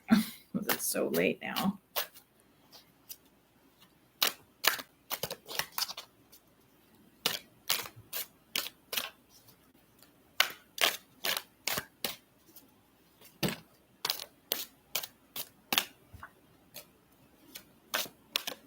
Okay, so what do we have for Virgo?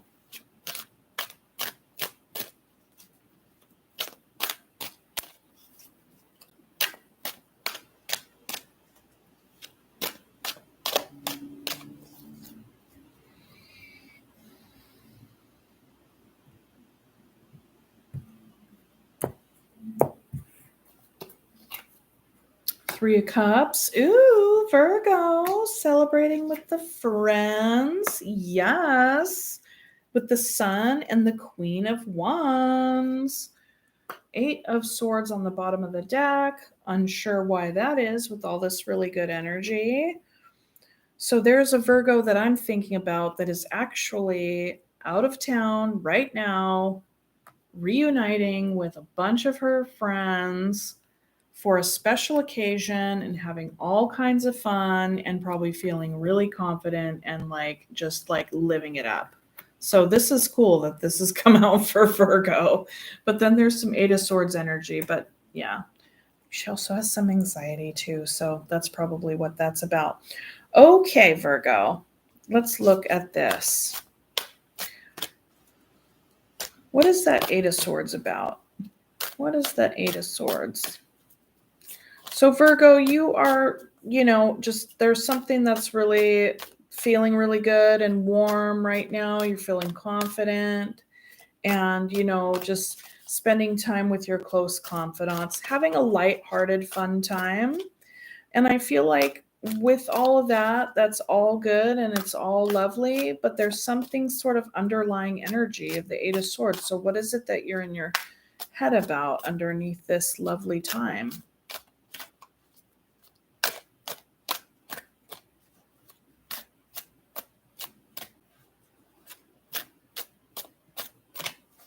Isn't that you can't fully enjoy yourself? Oh, the Hermit. There you are, Virgo energy. 6 of Cups, Ace of Cups. Yeah, I mean, that even speaks to going back to, there's nostalgia there. Nostalgia with the 6 of Cups and the Ace of Cups. There's a new emotional experience. 8 of Swords, the Hermit. Maybe there's a part of you that when you find yourself in this energy, despite it being fun and despite it being warm and bright, that there's a part of you that's reflecting on this new emotional experience with these folks, with these people that you have a long history with. Because since the years have gone by, you see how you guys have changed. You still have fun with one another. You love each other. It's all there. It's all lovely. And you're looking back at the past on how you guys used to be, and there could be a new emotional experience because you could be experiencing these same people in a different way now that you're all grown up, right? That definitely could be a part of it, because I feel like the Hermit energy here with you showing up in your own reading, that there's something having to do with, not only are you reflecting on this nostalgia, reflecting on the past, but you're also looking at yourself and going inward with this experience. And I feel like this probably you may or may not be doing all this inward reflection while you're here and having this celebration, but you could then come away from it and do this reflection. So that could be part of the worry. Maybe you end up having a good time and then you kind of worry about how you showed up or whatever the case may be. That could be it. That could be a part of it. Could not be, but could be. Okay. So let's go ahead and look at the sun.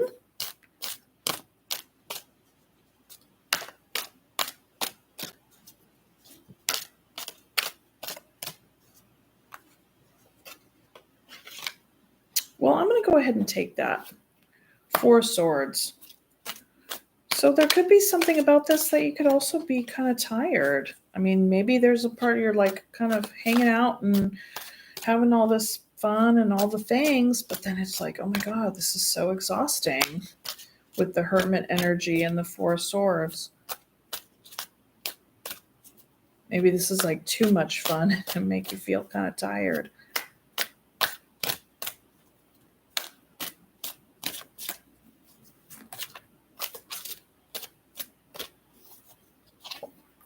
Three of Pentacles and the 7 of Wands. So, this could have highlighted like, with the sun here is really illuminating how you have built your foundation,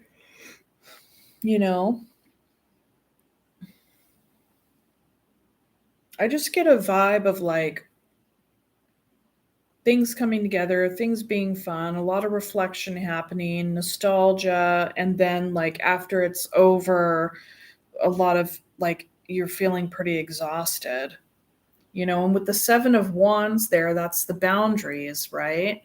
So there could be a reflection, like maybe this experience illuminated for you your boundaries, like your level of boundaries, like were they too strong, were they too loose, like are you then coming away from this reflecting on your boundaries? Maybe you feel anxious that you were in this circle and in this time with your old friends or what have you, and having this reunion with the 3 of Cups here, and then you're overthinking how you showed up. Were you with the Hermit energy, really thinking about that.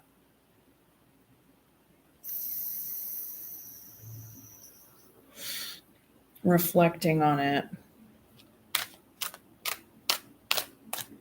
Reevaluating your boundaries.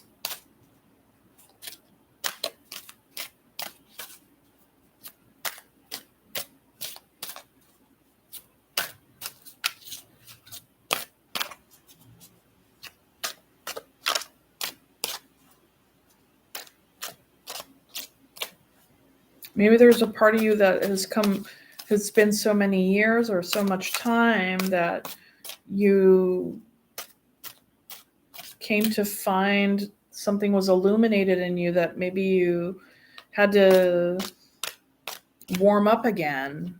That could be it too.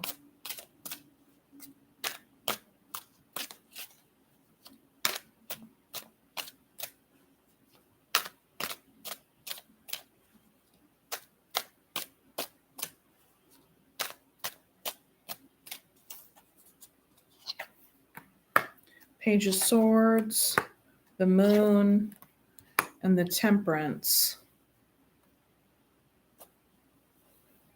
Page of Swords, the Moon, and the Temperance.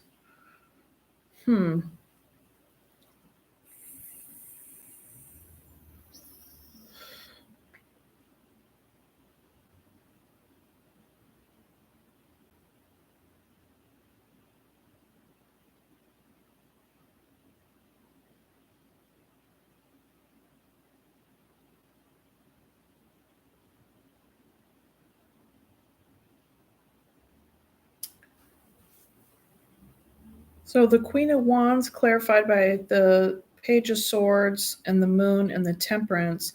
Page of Swords is like initiating conversations. So you could have been like initiating conversations about some really deep, typically commonly hidden issues with these old friends, with this in this reunion here, but yet wanting to be well measured in how you bring up those topics, right? And at the bottom of the deck, we have the Lover's energy.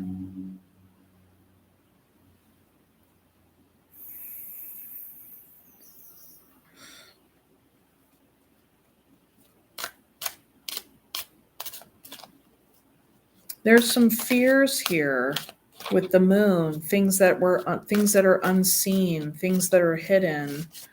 And then the Page of Swords. So maybe there are parts, maybe you've been looking online at some stuff, trying to kind of find out things that were, maybe you felt like there was some information that was being withheld in some conversations, and that then you're doing some sleuthing. Because with Temperance here, there's a little bit of like well measured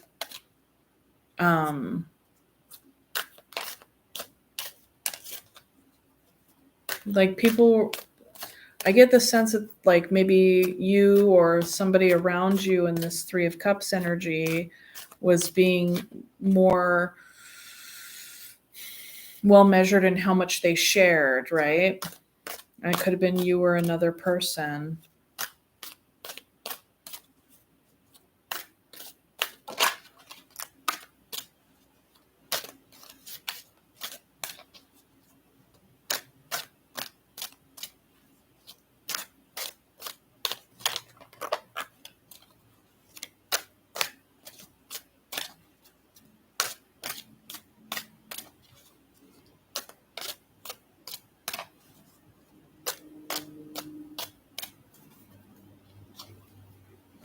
Three of Cups. Then you see we have the Death, Two of Cups, and the Three of Wands. So, and bottom of the deck energy, Ten of Swords. Interesting, because we go from the Three of Cups down to the Two of Cups, and then there's the Death energy and the Ten of Swords.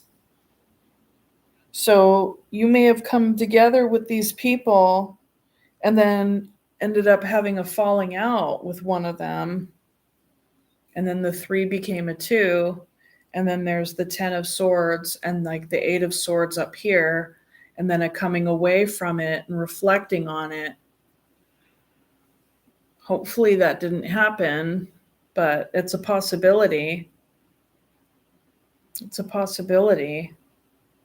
Maybe there were some conversations that ended up happening that revealed some hidden truths here. And then through those hidden truths, there was transformation and irrevocable change that put an ending to something that could have been quite painful. And there was a lot of attention garnered from that, but yet there's a victory in it in some way, but some sort of interesting like attention. Ace of Wands, an opportunity, and then the High Priestess, more hidden energy, secrets. Seven of Pentacles, like things that haven't grown or things that were invested in that haven't grown. And then King of Pentacles. So there could be a coming back together, right? And then conversations about how everybody is like grown and changed, and a lot of reflection on that, both, from a nostalgic point of view. And then, this could be a really internal process around reflecting on one's own self and looking at how one has grown or not in certain ways. And like with the High Priestess here, that's an invitation to go behind the veil, to really examine oneself and one's psyche. Yeah, so it's kind of like this whole thing comes together. There's frivolity, and there's fun, there's warmth, and then like something shifts a little bit. There's a conversation of some sort that kind of reveals some hidden information or doesn't, and then there's suspicions maybe, and then someone trying to sleuth changes. There could even be discussion about changes in people's relationships, you know?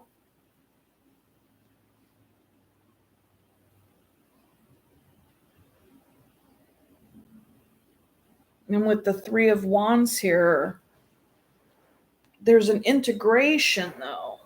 So that can also be like, reflecting on how things have been integrated over time.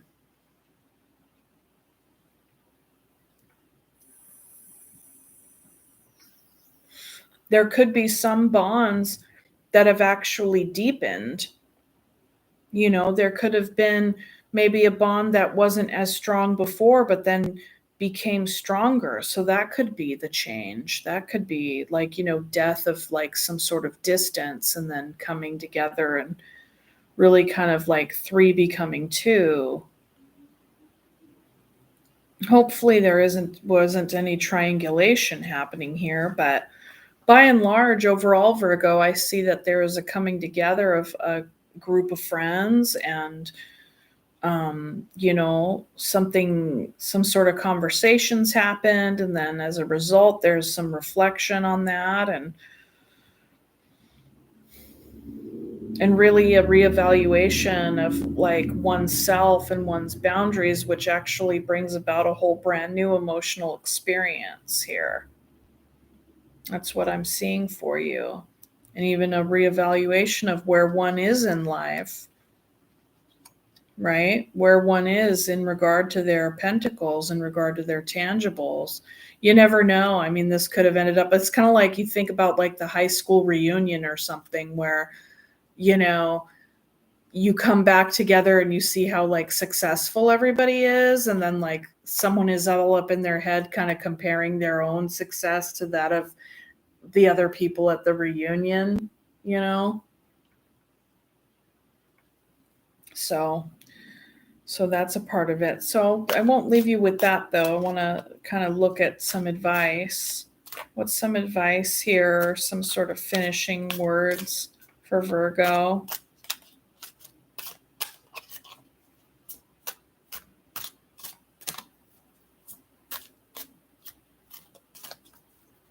Then there's something to be said about the 4 of Swords and the 3 of Pentacles and the 7 of Wands is like how, coming away from it and resting and meditating on how one has built up their base, built up their structure, their foundation, and really looking at that in terms of their own boundaries.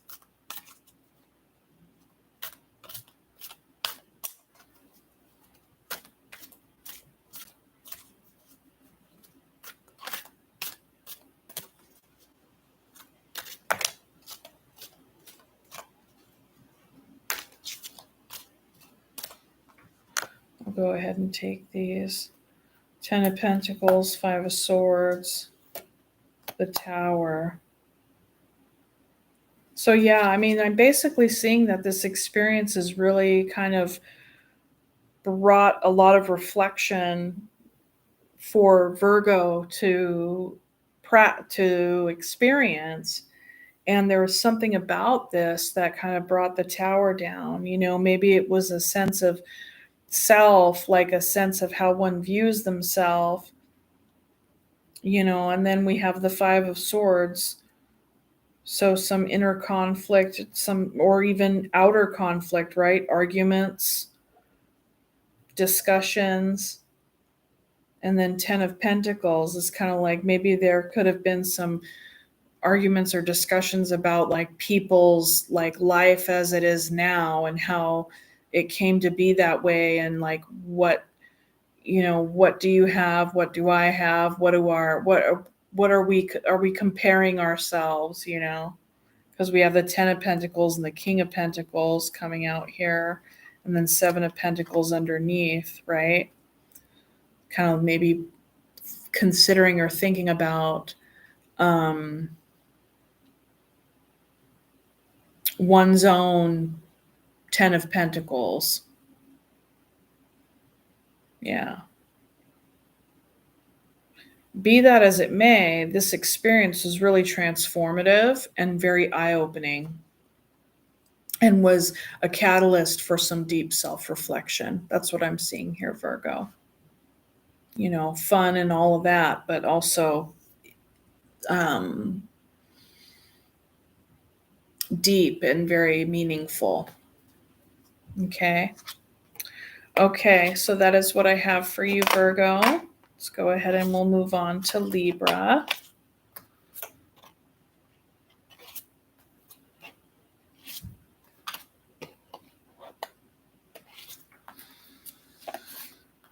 And Libra, go ahead and skip ahead to the timestamp. I'll have to post the timestamps in there after, like, I'll have to post the timestamps in there tomorrow, because after a live, I guess it takes a little while to upload and all that, all the things there. I'm getting tired, so I need to go faster.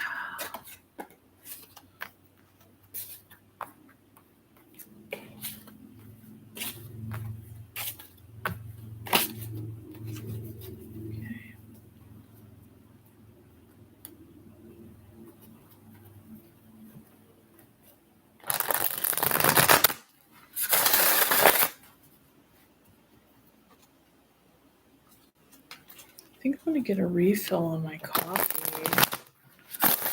Let me go and do that. I know it's still hot even though it turned off. Yeah, okay, hang on. Oh. I'm over 40. That's what we do now. We grunt when we get up. Okay.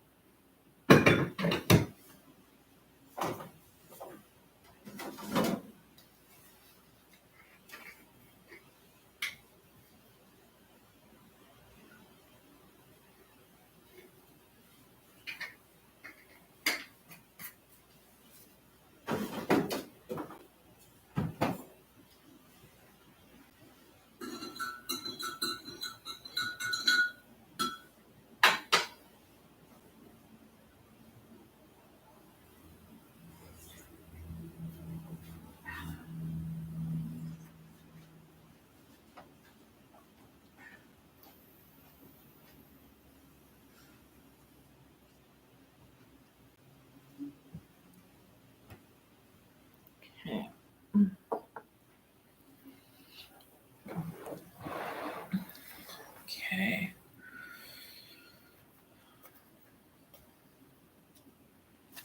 Okay, Libra.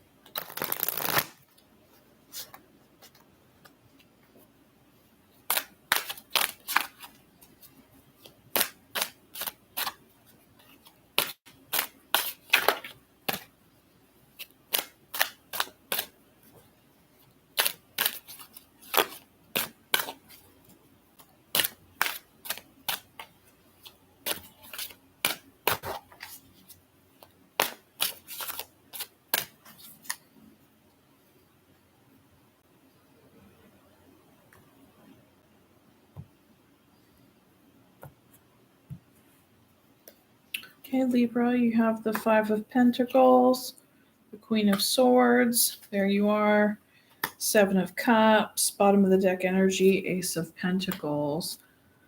So feeling a bit left out. You could even be feeling somewhat impoverished in some sort of way, but yet really being circumspect right now around your choices on, what to do. I'm guessing in an effort to get yourself in from out of the cold. You do have an idea with regard to an Ace of Pentacles, a brand new beginning, something for your long-term longevity, the whole bit, future, planting a whole brand new seed, right? This could even be about where you want to plant roots. Perhaps you are, moving out of one place and going to another, or like if you feel literally put out in the cold, like, with regard to your home, that where are you going to go next? But you do have choices to make, and you're being very smart about it. Let's look at the Five of Pentacles.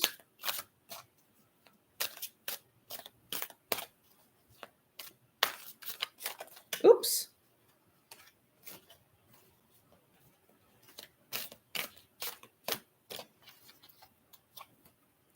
Eight of Pentacles, the Chariot, the Hermit.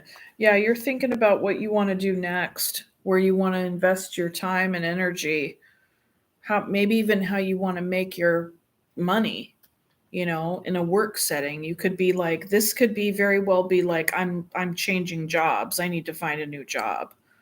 You could have already been unemployed, and you're in this spot where you're like, okay, well, I need to find a new job. I need to plant my seed, my tangible seed, and doing a lot of reflection on that. Excuse me. You could be dealing with a Cancer, a Virgo,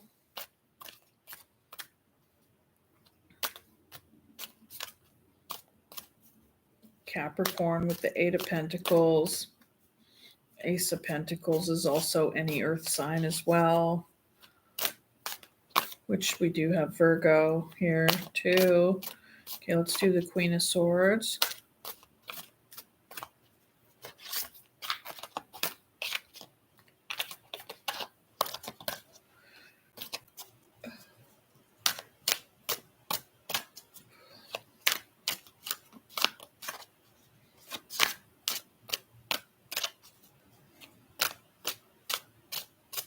You could very well even be thinking about how to use your craft or your skills, your mastery in some sort of brand new thing for yourself. Maybe you're wanting to go into business and like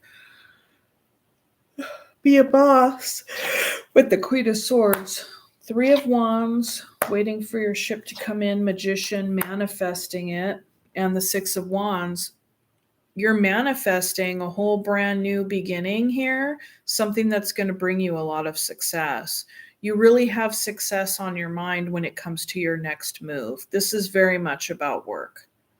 This is about work and where you're going to be spending your time and energy and talent, giving it a lot of thought, having choices in the matter, because you have not been feeling confident as of late. Like, well, you feel really confident now because you can do it, but there's something that has been having you feel like, excuse me, impoverished in some way. Maybe you don't feel like you've been working or living up to your full potential when it comes to your talents. That definitely could be it as well. I'm getting that feeling for sure.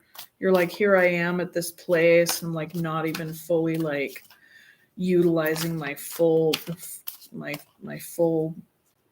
potential. Seven of Cups. What are some of your choices? What's up with that? What do we got?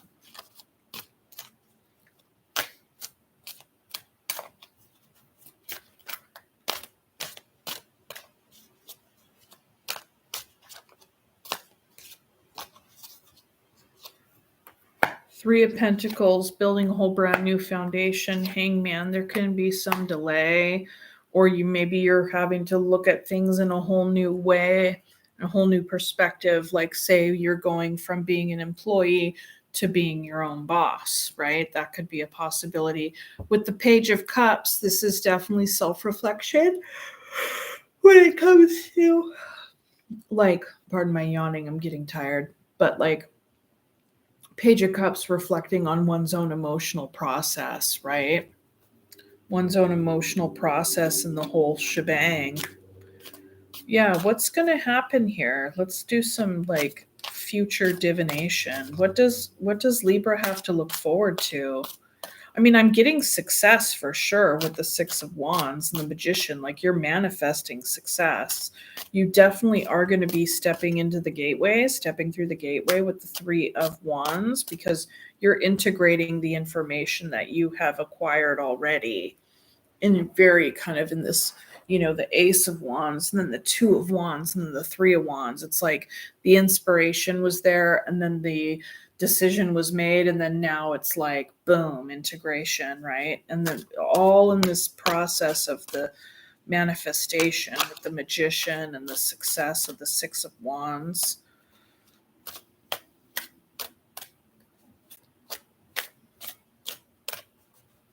But the Hanged Man there is a delay.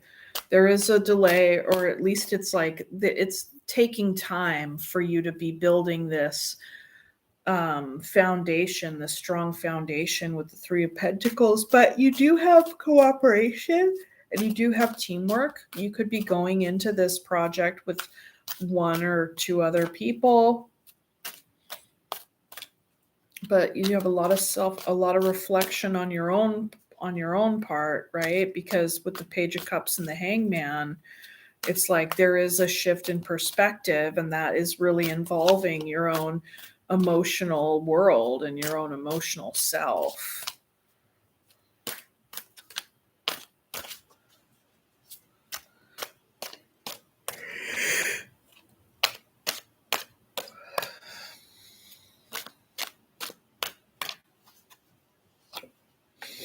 Death, yep, irrevocable change. Two of Swords, some more decision, and the Eight of Swords. So, the thing is, and then the Tower. So the thing is, something totally came down. Whenever we have the Tower and then we have the Three of Pentacles, like the Tower, then the Three of Pentacles, it's like it came down so a new foundation can be laid, okay? And with the Death here, it's like, yep, something changed, something ended. It was meant to happen, because only out of the Death can we have new growth. You see all those, flowers and all the things coming out of the rib cage and everything. And then she's holding a butterfly there, meditating on the butterfly, which represents change. Now, this is very interesting. You have the Magician up here above the Queen of Swords.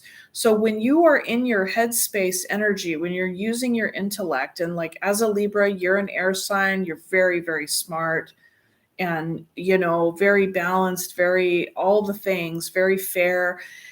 You take everything into account. You take yourself into account. You take everybody else into account. It's kind of like you want things to be like balanced and fair, and that makes sense given that you're collaborating with people to like make this new foundation, right?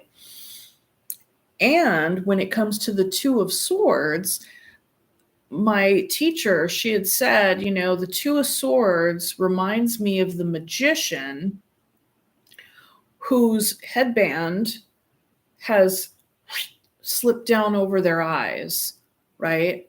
And so now they're operating from a place of like pure intuition, because they're not seeing whatever it is. And there's this indecision because it's like there's so much, you're going back and forth in your mind, right? About should I do this or that? And then when we get into that energy, when we're kind of like, when we're blindfolded and we could be thinking about things in a very black and white ways, this or that. And when it comes to the Magician, it's like, you have all these elements, right? You're basically using, you're alchemizing, you're using all your tools together. And so like when the Magician's headband slips down and turns into a blindfold, then they're really kind of coming away from the manifestation energy and the surrender and the trust and the like really trusting in the process and trusting in themselves to like make it happen, and getting little bit too bogged down in the details, so much so that it can constrict one's own creative process and one's own sense of magic and mastery and manifestation. So this is an invitation, this process is an invitation to stay mindful of your own ability and trusting in your own ability to make whatever change happen, right? Whatever change that needs to happen to make it happen. Like don't let your own thought process and maybe even the burden of being spoiled for choice like crowd your own judgment or even crowd your own intuition when it comes to this process. I really, trust in yourself because you're so powerful and you're so smart and you're so strong and like you can do it. However it is that you need to do it, like that's what the cards are saying. And with the Eight of Swords right after this, it's like the more you get into this Eight of Swords energy, then the more your magician's headband slips down into a blindfold, and you need to have your eyes open for this one. And even if you come to a point where your eyes are closed and you really can't see, that's the time when you need to feel into your power. You need to step into your power, you need to feel into it and trust. And that's what the Hanged Man is also about. It's surrender. It's surrendering to the process and surrendering to trust. And just like being in it. Like the thing is that the Hanged Man isn't hanging upside down and really analyzing and thinking. They're just like, they are so, I don't know if I want to say the word defeated, but they have no other choice other than to just be. And it's in that process of just being and surrendering and feeling into the situation that they're in, that then the answer comes. It comes in. It comes in like a cosmic download. That's the shift in perspective. Okay. And I feel like you are fully in this process right now. And maybe even freshly, like kind of this Tower, Death, Five of Pentacles is a bit more fresh. Like you're still feeling like this didn't happen that long ago. This didn't happen that long ago. But the thing is that you're in the process right now. You're like, okay, bing, bang, boom. I got my ideas. I got my plan. And then, I don't know if you're in the Two of Swords, Eight of Swords energy right now, but coupled with the Death and the Tower, I feel like the Eight of Swords and the Two of Swords is more like an echo of what led you to the Five of Pentacles to begin with. And the closer you get to your goal, the closer you get to realizing your manifestation, then the more the fears start to kind of come up. And then that's when the Eight of Swords energy is there. And then when the Eight of Swords influences this Two of Swords, the way I described it, and you're reminded of when all the shit went down to begin with. And then it can kind of just make your magician's headband turn into a blindfold. And then you're just kind of like stuck in between two. And like you're kind of your whole idea and your manifestation then shrinks down to the size of like a postage stamp. And you're like, fuck. And you know what I mean? And so it's kind of like, dude, don't let any kind of fears come in and like shrink your stuff. Like you are wide open and you are ready to rock and like you got this. Okay, that's what this is saying. And you are going to feel like the wounded warrior, but you're going to push through it. And this speaks to the pain that you've endured so far in whatever this was. But I feel like you're coming out of it. And this is an invitation to pay attention to, like, you don't want to continue to do the same things over and over and expecting different results. So if you find yourself gravitating to some sort of old ways of doing it and thinking that this might work this time, like, reevaluate that, okay? Because you have all the passion and the drive for this. This is totally coming out from inside of you, and you're making it happen. Like, this is fire of fire right here. And the Wheel of Fortune, it's turning in your favor. This is good stuff coming your way. Things are changing, and they're changing for the better, and they're changing for the positive. You know, look at this queen right here with all the gears. She's got the workings of it all underneath.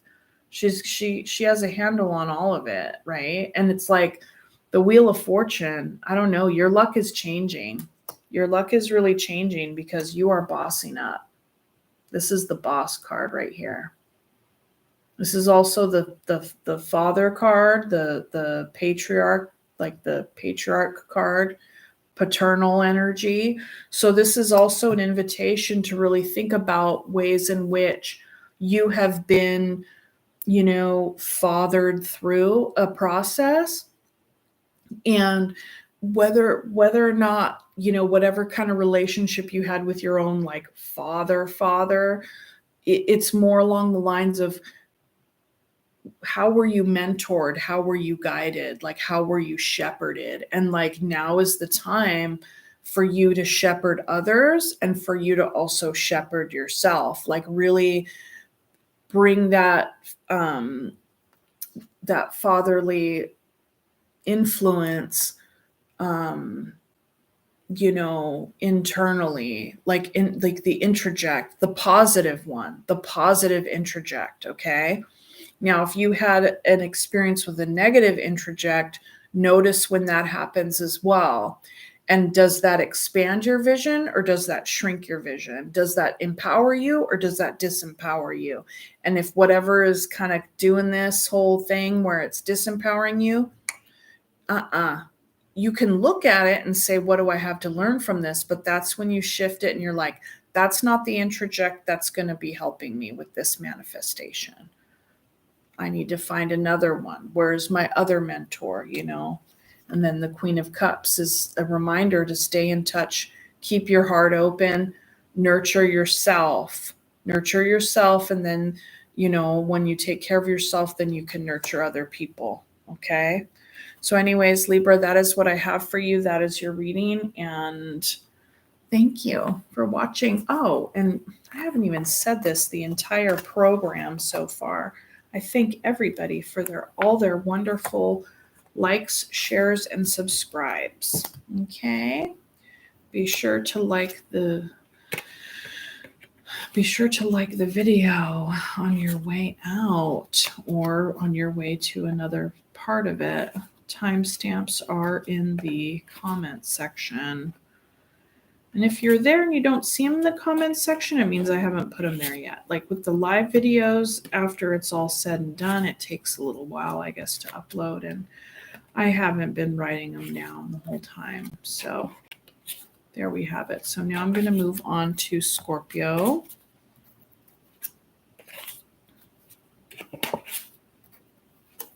I really liked your reading, Libra. I really did.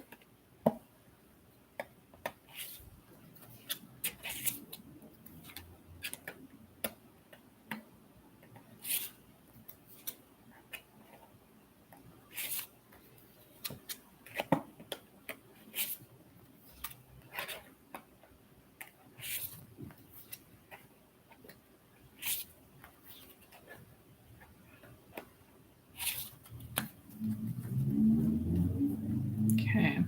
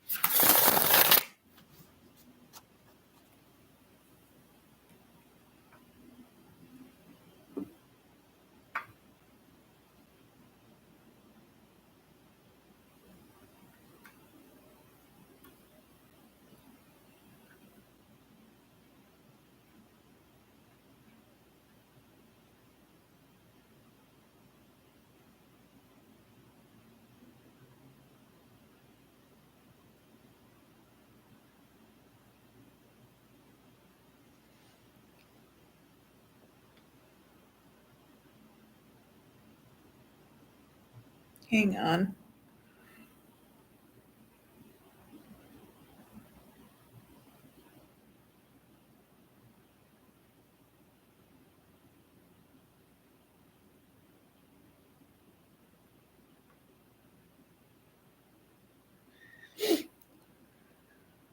Um,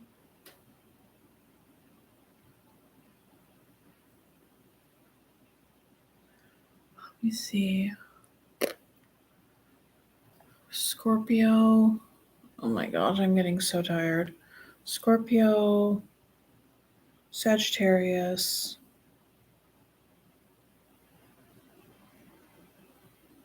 Capricorn, Aquarius, Pisces. Shit. Hold on.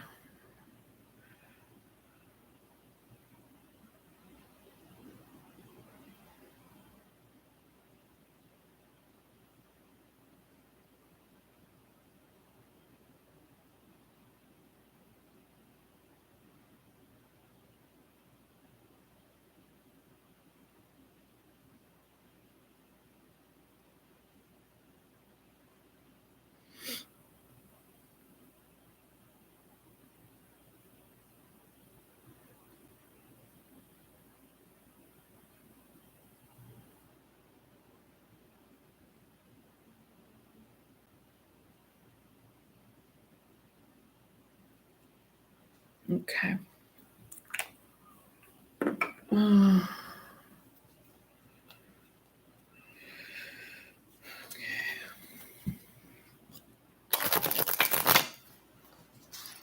Okay.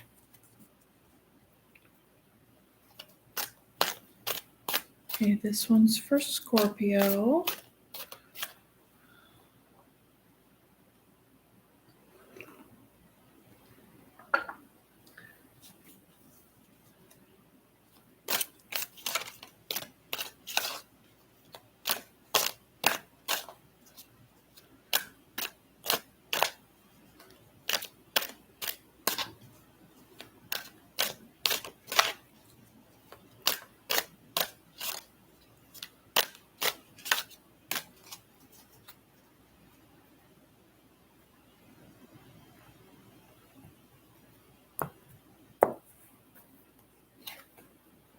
Three of Pentacles. That's coming out a lot tonight for people. I think people are like rebuilding stuff for themselves.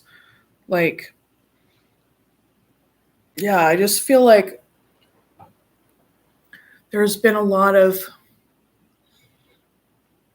breaking down and like distillation and decomposition, and then a whole new thing kind of coming up. And maybe it's because we're like, this is a new moon in Aquarius tonight, and I think we just moved into the age of Aquarius as well. Stuff is breaking down and being built back up. Okay, Three of Pentacles, the Magician, and the Eight of Swords, and then the Two of Wands.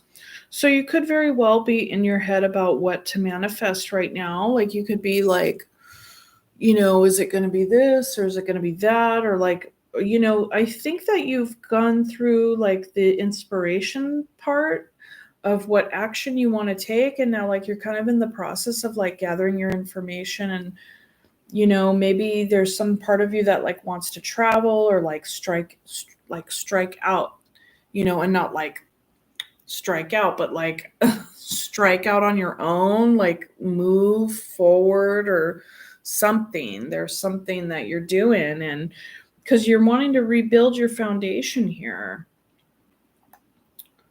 You're rebuilding your foundation here.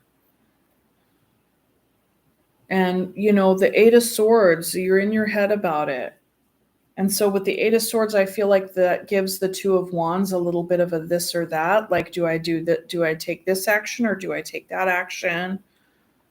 Let's see. Three of Pentacles, the Moon, the Four of Swords, and the Six of Pentacles. It's like you're wanting to build up a strong foundation, but there's a part of you that could very well be afraid. You could be scared of this, like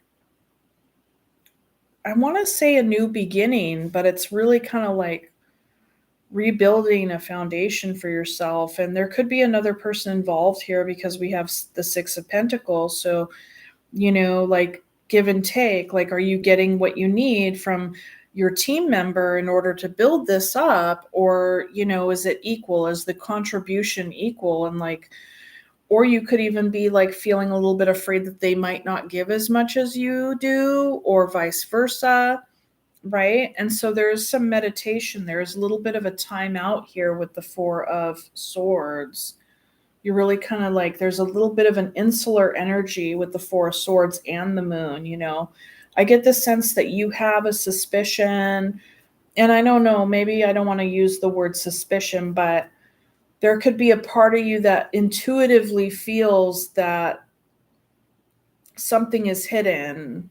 You don't want anybody to put like faulty bricks or, into your foundation, you know. But I think that you have experienced your team member or team members as being equal contributors in the past or at some point, but it's like, can they be a part of this construction again, or even at all? So here, what's the manifestation? The Magician, the World, the Fool, and the Three of Cups. So this is a starting over. You got the World and then you got the Fool.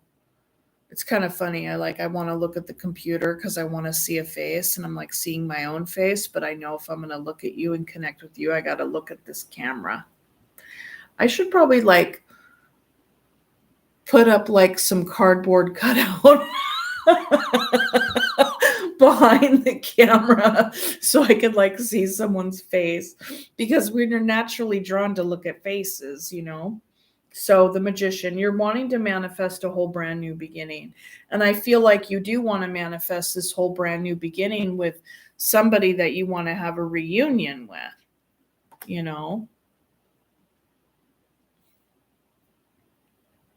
Yeah, that camera. Okay. I'm getting tired. What am I doing? Okay, Scorpio. The thing is, yeah. There was an ending, a new beginning, but then we got the Three of Cups. So it's like, are you trying to manifest a brand new beginning with the same freaking, with a wanting to reunion-ish, reunify, reunite, reunion-ish, reunion-ish, freaking reunite with whatever, with whoever this was or is. You're rebuilding a foundation with the three here of Pentacles. But yet there's a world and they're ending and a beginning. And a Magician, the manifestation. But it's like the moon and the Four of Swords. So it's kind of like you're pulling back, you're meditating on it, you're thinking. And, even though the moon is here, I suspect that that's more your intuition rather than something that's being hidden. Because over here, you're in the Eight of Swords energy. Do I or don't I? This or that? Do I rebuild with them? Do I not? How is the foundation? Why am I rebuilding my foundation if it's like, are you trying to rebuild a stronger foundation with the same person who built the faulty foundation in the first place? Is that what's happening? Or are you realizing that your contribution to the first foundation is what, quote unquote, forgive me, made it faulty? Maybe there was something about you, and now you're reflecting on, in the moon, from the light of the moon, you're getting in touch with your inner truth, your deepest, darker truth in meditation, that maybe it was you that didn't put in what needed to be put in for the first foundation that was laid. And don't come for me. That's just one of the energies I'm getting. I don't know for sure. Take it as it resonates. But what I am seeing here is a desire to rebuild. Eight of Wands, or eight of Swords, clarified by the Ten of Wands, the Tower, and the Hangman. Yeah, you know. This is what, yeah, Scorpio.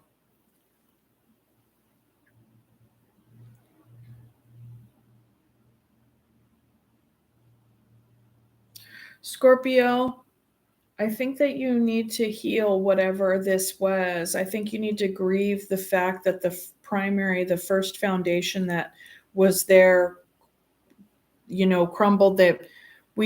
You're afraid that this foundation is just going to result in another tower, because there is something inside you that knows from the wisdom of the Hangman. We got the Eight of Swords, the Ten of Wands, and the Tower. You are afraid that the Tower is going to come down again, because there's something about this process in attempting to rebuild a foundation with this same person, because this is the Three of Cups. That's a reunion. That's a reunification with the World and the Fool. It's like something closed, but you're wanting to start it right back over again. That's what you're manifesting. And you know that you're manifesting it. And you know that in that manifestation, you very well may manifest the same bullshit that happened last time. So what are you trying to do? You're trying to hang, you're trying to wait, you're trying to get different perspective. And I really do believe that you know that it can't be done with this same person, with this Three of Cups. The World, the Fool, and the reunion. What? And then in the background hum and the background echo is the Eight of Swords and the Ten of Wands and the frickin' Tower. No, dude. No. And trust. Like, I know that the desire is strong. I know that the want is strong. Like, if you're just like, we'll come back and do it again, but this time we'll do it like the best way, la-di-da. And it's kind of like, okay, you know what? You can totally do that. You could totally try. Go, and I'm not trying to be facetious or sarcastic at all. The thing is, you can do this as many times as you need to until you finally are like, okay, like it's either going to work or it's not. Right? But what this spread is telling me is that deep down, under the light of the moon, or under even the dark of the moon, or the moon shadow, the intuition, the dream realm, the deep consciousness, like it, that you don't fully trust that you can rebuild it with this person because it wasn't strong before. And so the thing is, if this is just the second go, okay, give it a whirl. Go ahead. What you're free, I'm not here to tell you what to do or what not to do, but it's just kind of like, we make our choices and then we get clearer, and it's okay. Even if you repeat something 100 times, all it means is that you were still healing. I was about to say hurting, which is true. You're still hurting, because the reason that we try to, it's called the repetition compulsion. Okay. And the reason that we do that is because it's like, I'm going to make it right. I'm going to heal this. I'm going to make it right. But we can't heal in the same place where we got sick, right? Whether that's inside of ourselves and it's like brought more to the surface, like within the company of certain people, or whatever it is, But honey, that's what I'm seeing. Like, I'm seeing that like deep down, like it could be like on the conscious level, it could be like actual worries, like straight up, like I'm very aware of these worries. but then on a deeper level with the moon and the Four of Swords, like I feel like deep down you want to have this equal give and take. You want to really back build it back better and all the things, but then over here it's like, yeah, you the very lived experience was this, the Tower and the Ten of Wands. And so then I will say this, with the Hangman, there is definitely hope with the Hangman, because what this would suggest is that you have done some healing and that you have gotten a new perspective. So maybe it's kind of like, well, I have a new perspective now, or they have a new perspective now, so now we can really do this. But the other aspect of that is that these three cards are clarifying this, which is worries, right? Worries. And just because we have worries doesn't mean that our worries are all the way confirmed. You know what I mean? Doesn't mean that our worries are all the way confirmed or any of that business. That just very well could be worries. Like if you look at this kiddo in the cage, the cage is open, they could fly out, right? That could very well be the new perspective as well with the Hangman. So, to put I'm not trying to spin it, but like another more positive aspect, I really just think that moving forward, no matter what you decide to do and how you rebuild this foundation, that you just keep your eyes open. That's all. It's okay. It's not do or die. I think that it can feel like, this or that, black and white, do or die kind of business. But, and then at the bottom of the deck energy, we have the Ten of Swords, which I think that this is definitely a fear that I think that it would be a really good idea to communicate this with your team member, right? Communicate these fears, share these fears. That's also another part of doing it differently. Communicating these fears, coming at it with fair truth. Justice is not just fair, like it's truth and justice. It's like you have the sword of truth and the scales of justice here. So being fair, being honest, and then that can lead to success, right? And then when you have the Emperor here, you have strong boundaries, strong structure. You have a strong foundation, you get a good structure, right? So you could very well do this. You very well could do this. And then maybe all this stuff over here is just your fears, And then we have the Knight of Pentacles. So, take your time. With the Queen, you want to nurture yourself and those around you, but also invest your time and energy wisely. Queen of Pentacles doesn't overdo it. You don't overdo it, because it's kind of that principle that less is more, So that's what I have for you, Scorpio. I really hope that helped. Okay. Good luck to you.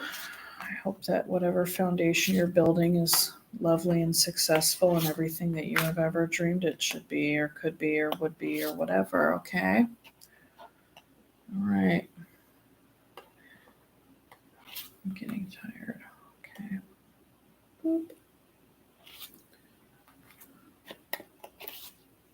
Check this over here.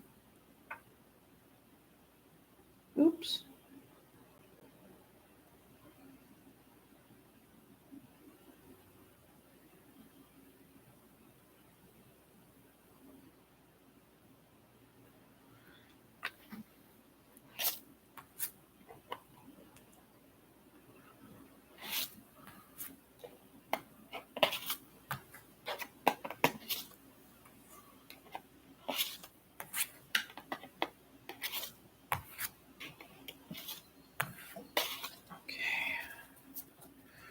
What comes after Scorpio? Sagittarius.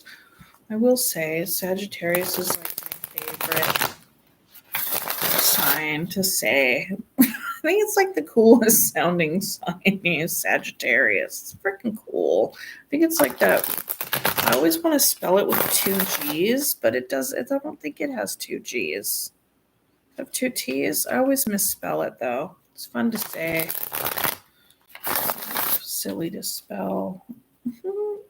Okay. All right.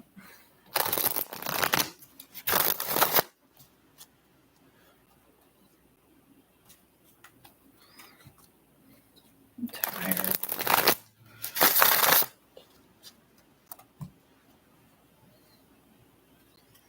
So this is the first time I've done like a live. I've had a couple people stop in. Oh, private name message retracted. Oh, who is that? They didn't want me to know. Message retracted? I should have kept my eye on it. Maybe they said, "Can I have a read?" Somebody said. Can I have a read? Where did they go? They're not even watching anymore. They got to know that I didn't have my eye on the frickin' thing. Well, Mr. Z, if you want to read, you can go ahead and drop me an email, message me. I do private readings for a price. I'm very flattered and very delighted that you would want a reading. I think that's lovely. And it makes sense. I'm sorry I didn't end up seeing you. If I would have seen you, I may have answered a couple questions for you in between. Since there wasn't that many. There wasn't anybody in the room except you and I.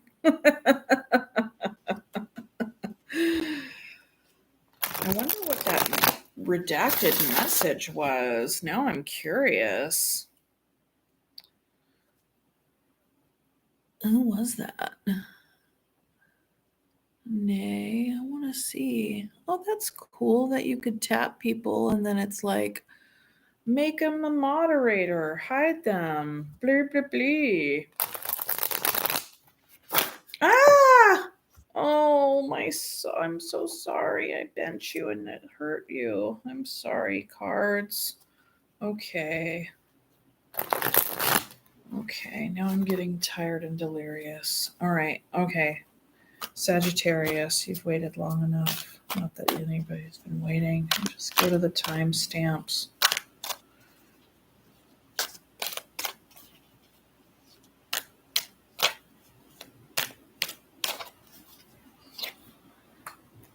Knight of Swords, the Star, and the Queen of Swords. So you got something to say, and it is smart, smart, smart, and clear, and discerning, and all the things. And it is definitely said in the spirit of, healing and trying to illuminate your just kind of you're speaking in your own, you're speaking on your own behalf. You're speaking on behalf of like healing and truth and, wanting to bring the most positive out of a situation. Okay, Sagittarius? I mean, you definitely do have a lot of passion behind your message, but I feel like with the Knight of Swords and the Queen of Swords on either side of the star, that you are actually balancing these energies. You're bringing in the Queen of Swords to temper the Knight of Swords a bit so that you're able to deliver a message that is not going to be damaging, but as a message that's going to be healing and a message that's going to be quite coming from a very grounded and very spiritual and very honest place that preserves the integrity of everybody involved. And with that on the bottom of the deck energy, we have the Hermit. So I believe that this message is kind of coming forth from a time in which you spent like doing a lot of self-reflection. And your message could very well be about a new beginning after the Tower happened. And that's typically that the star comes after the Tower. So I think that this communication that you're bringing forth is very much in the realm of wanting to make amends or take a situation and like make it right. It doesn't have to make it the way that it was, but it just you're basically like putting a you're putting the salve on it, whatever it was, okay? So Knight of Swords, we had the Emperor, Ten of Wands, and the High Priestess. So you very well could have been a bit heavy-handed. Maybe you had said something before or whatever, and there was like this Knight of Swords energy was pretty intense, but you definitely want to speak about, you have a lot of passionate energy around the boundaries and the structure of whatever it is that you're trying to create. And you could also be communicating how hard this has been for you. And that can be tough because, and it takes soul searching around it with the High Priestess. But being able to communicate that, like the Emperor isn't very like touchy-feely or any of that business. So it can be hard for this Emperor energy to get in touch with their inner truth, as far as like being able to then take that, distill it through the Hermit process, and then deliver it with the intention of the Star. Okay.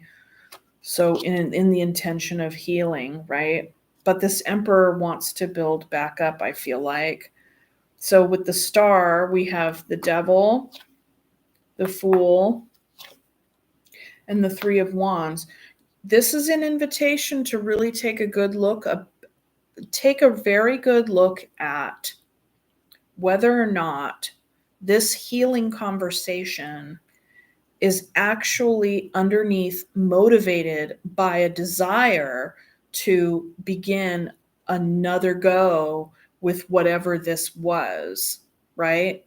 Because whenever we have a Tower, we want to rebuild. Like this is very much like the Scorpio reading that I just did, is like similar tone, different energy, but like similar tone. But like I feel like with the Devil there, you could be, it's an invitation for you to examine your fears around healing this, whether or not that is the thing to do, or perhaps it's like the whispering on your shoulder that says no, you shouldn't. The Three of Wands, it is an integration. So what this is also suggesting and inviting you to do is to integrate the lesson that you just learned. And does this lesson have a common denominator or a component that is directly related and connected to your inner shit, that is like all of like the shadow side, right?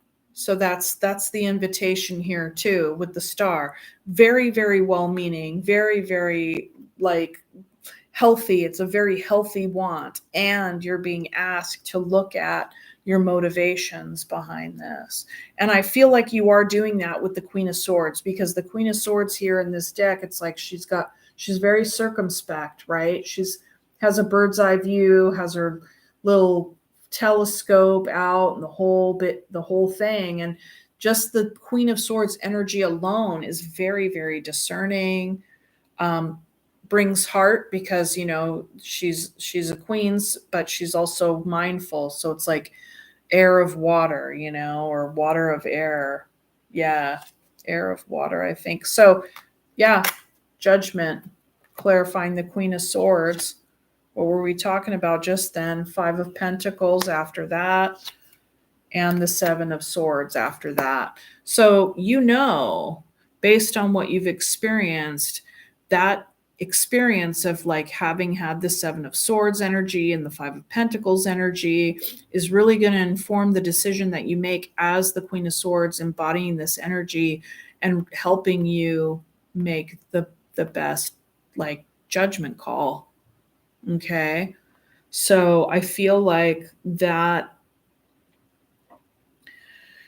the Seven of Swords and the Five of Pentacles is really kind of reminding you that those were aspects of this, and your motivation around having a healing conversation with the integration and the Fool, you know, like beginning again. Beginning again. Now, you could very well be like having a conversation, being like, yeah, the tower came down on this, and I'm wanting to have a healing conversation with you. And I am very mindful of the shadow aspects of what just played out. And I want you to know that I'm given that I spent time in the hermit energy, I've done a lot of soul searching. Like, I'm not going to, harbor resentment towards you. And I'm also not going to rebuild with you, because I know what I get when I try to create something with you, you know.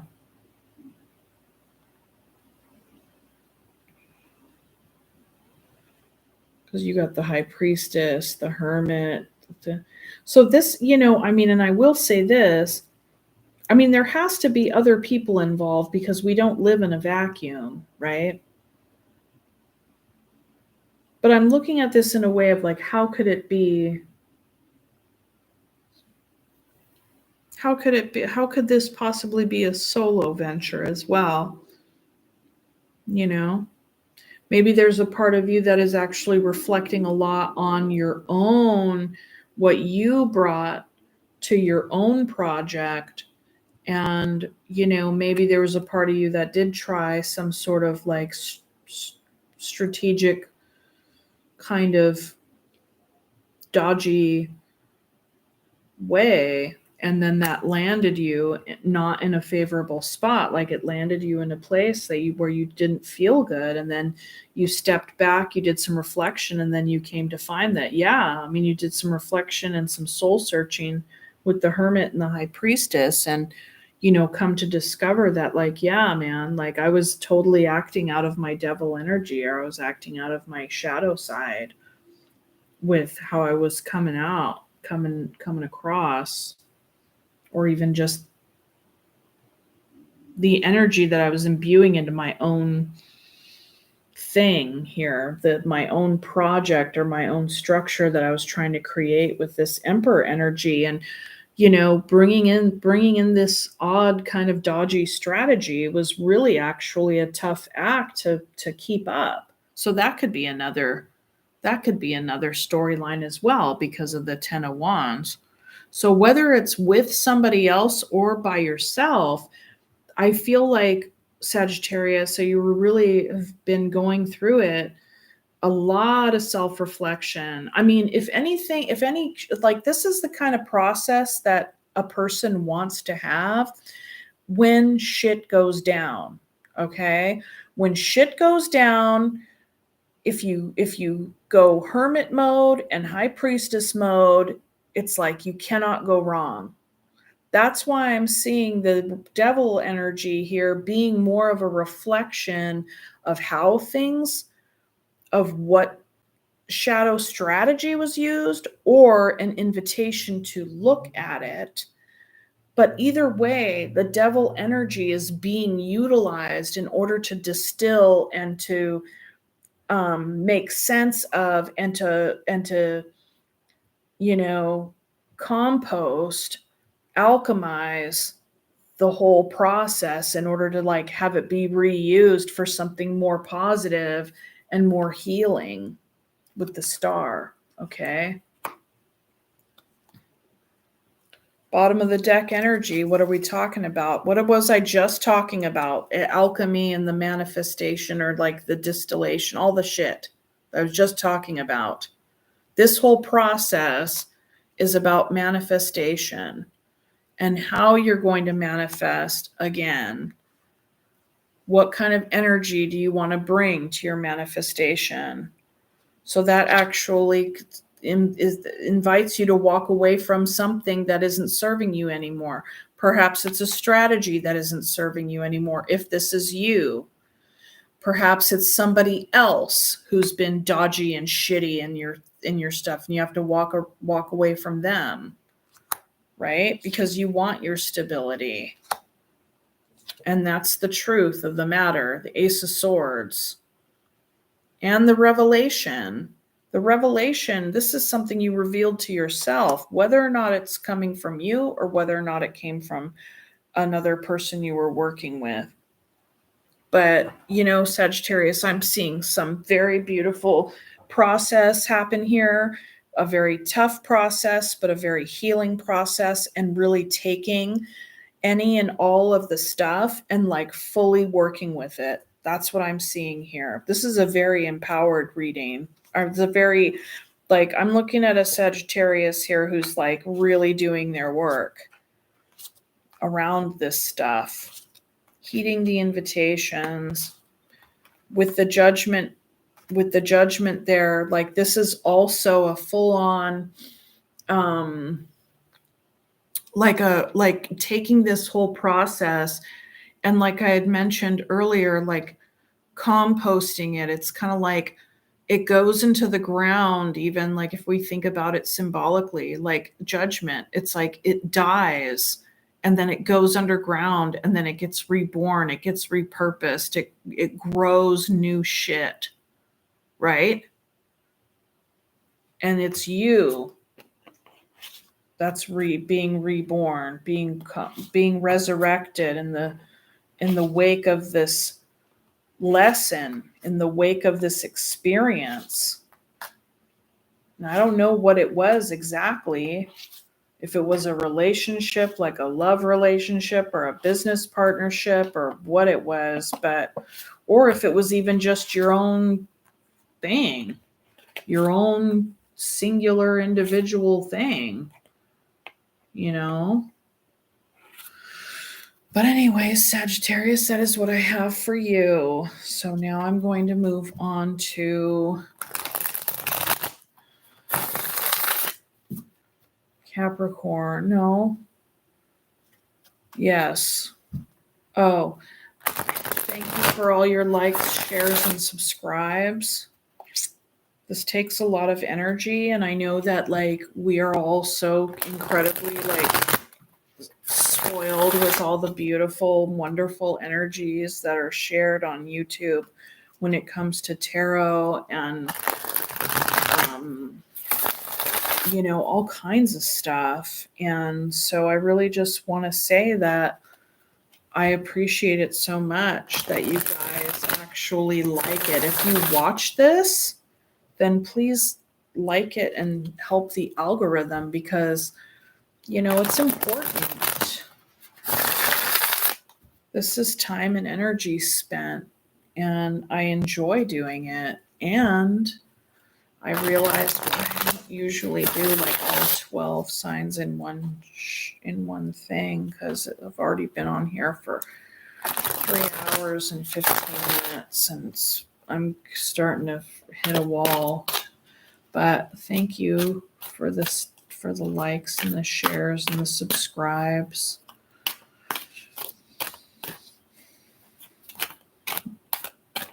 I do think that what I have to share and the messages that are coming out in the cards are quite valuable and really communicated in a very, and I don't know. I like the way that I share the message. I know it's different.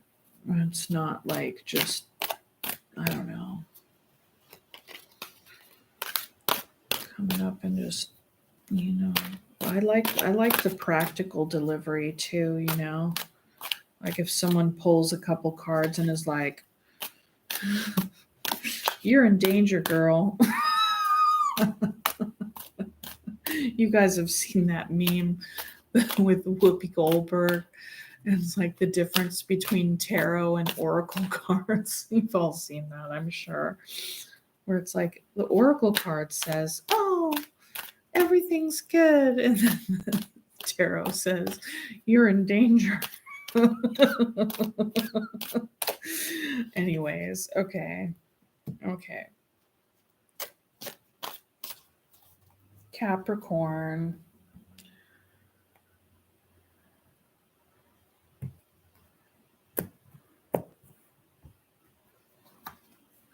Ten of Pentacles, of course. Justice. Knight of Cups. Oh.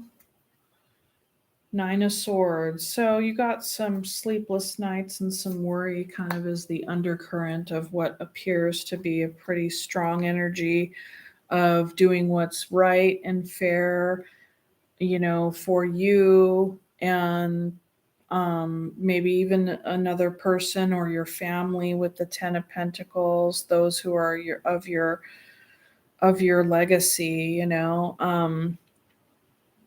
but standing in your truth, standing in what's right, what's fair, and you have an open heart for the whole situation. I feel like with the Knight of Cups here, it's like there's a tenderness here. Okay. Under the Nine of Swords, we have the Sun. But, so let's see what the Ten of Pentacles. Actually, I was going to pull this on the Nine of Swords. The Nine of Swords, you have the Three of Swords, King of Cups, and the Empress.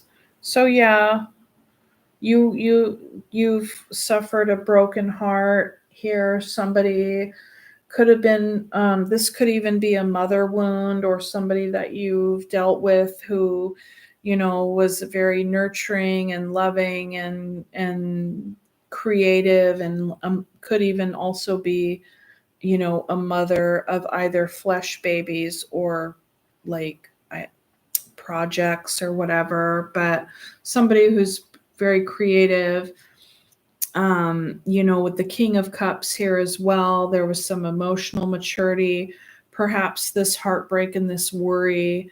So the heartbreak, or not the heartbreak, the worry, the Nine of Swords is clarified by the Three of Swords, the King of the King of Cups, and the Empress. Okay. So, whatever there's this mind energy that's just kind of spinning out with this heartbreak, and I get the sense that what you're thinking about is a way in how to integrate this experience that then contributes. And with the King of Cups here, this is emotional maturity, and I feel like this heartbreak is helping you grow. Because if we look at this in terms of the Empress, of like what she's birthing here, so this alchemical energy playing out with this experience would suggest that this heartbreak and anguish is actually birthing a brand new version, or maybe not a brand new version, I don't know, you could have been emotionally mature before, but there's something about this experience that's like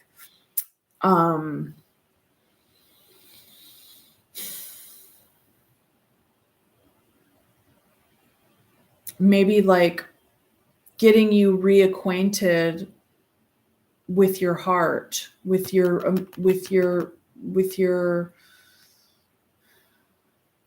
emotions, with your emotions. It's kind of like, here's that baby inside of inside of the Empress, and I feel like what's being born out of this experience is you stepping into your King of Cups energy. It's like that's the way in which you could take this and transmute the energy.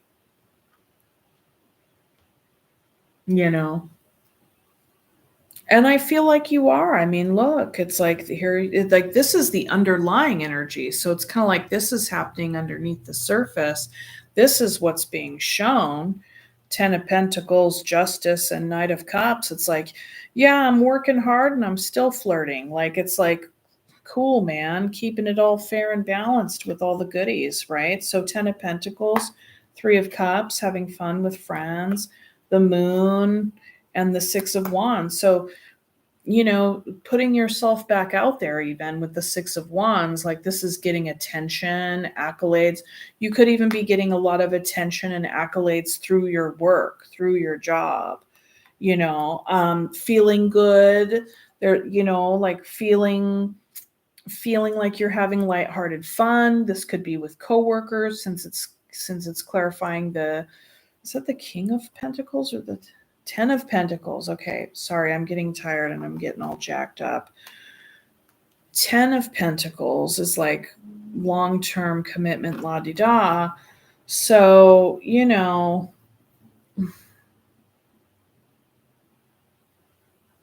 there's a victory on some level here.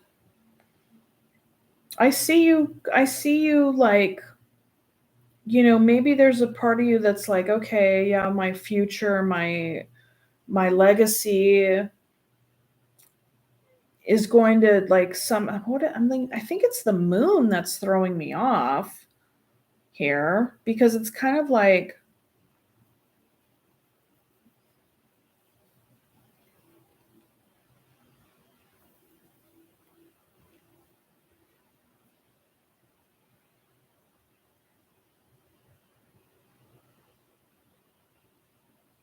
this legacy energy with the 10 of Pentacles. The moon is an invitation to look beneath, to look what informs your sense of legacy, your sense of like 10 of Pentacles energy. Like, it's like, how do we represent ourselves? How do we live our life? Like, how do we manage our pentacle? Like, all the things, it's very tangible. And I feel like with the Three of Cups here is a very lighthearted energy. It's a very kind of getting together for margaritas or something, it's really, it's time with friends. Six of Wands is like getting attention, and it's lovely. It's fun, but it's like there's a bittersweetness about the Six of Wands, because it's like, the sailor, goes off to battle and he comes back, and I mean, I won't get into the whole story, but he comes back from battle, so that's how he gets like this big parade and he gets a lot of attention, right? But the thing is that he was coming home to his family, and the family said, okay, when you come home, like, make sure everybody on the ship that knows that, like, if you're alive, then you need to have the flag up. If we don't see the flag up there, we're going to think that you died in battle. And so in the celebration that all the sailors and all the soldiers or whatever were having on the ship, because they won the battle, in their celebration, they forgot to put the flag up. And so they come home and the flag is not up on the mast, and frickin' the guy's dad frickin' kills himself and throws himself off the damn balcony, and so it's kind of like a fucked up story. But it's bitter. There's a bittersweetness that in the victory there was a loss, and like a devastating loss. And I think that is like kind of an echo of like, this underlying energy of like a loss and a pain and the whole thing. But then here you are, and it's like there's the Ten of Pentacles and then the moon, but like it's like there's the fun like Three of Cups, and like then like the like yippee hooray, you know what I mean? Like, I don't know, I'm having a hard time like fully explaining it, I guess. But I guess what I'm trying to say is that I think it's important that you pay attention and like actually acknowledge like what is happening in your inner world. And like, you don't just have to have it be your legacy that you just show everybody that you're okay, or show everybody that you're having a good time. But I think that with the justice and the truth here, that's what's going to be the deal. You're going to finally kind of get it, that you need to actually show that on some level. Okay, so with the Justice, you have the Ace of Cups and the Magician and the Five of Swords.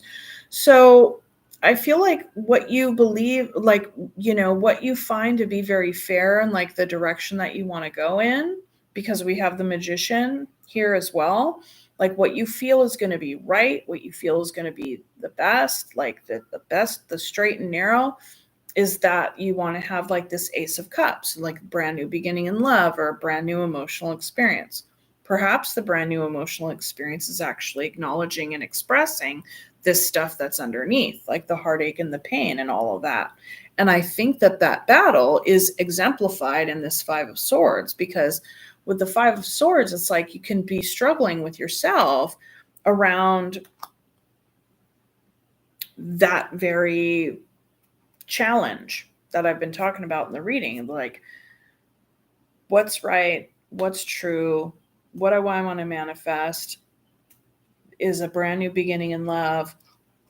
And I'm also in conflict about that with myself. And are you in conflict about that with yourself because of this reverberating pain? Or are you conflicted about it because of this reverberating pain, and maybe you might not be ready to have a brand new beginning with somebody?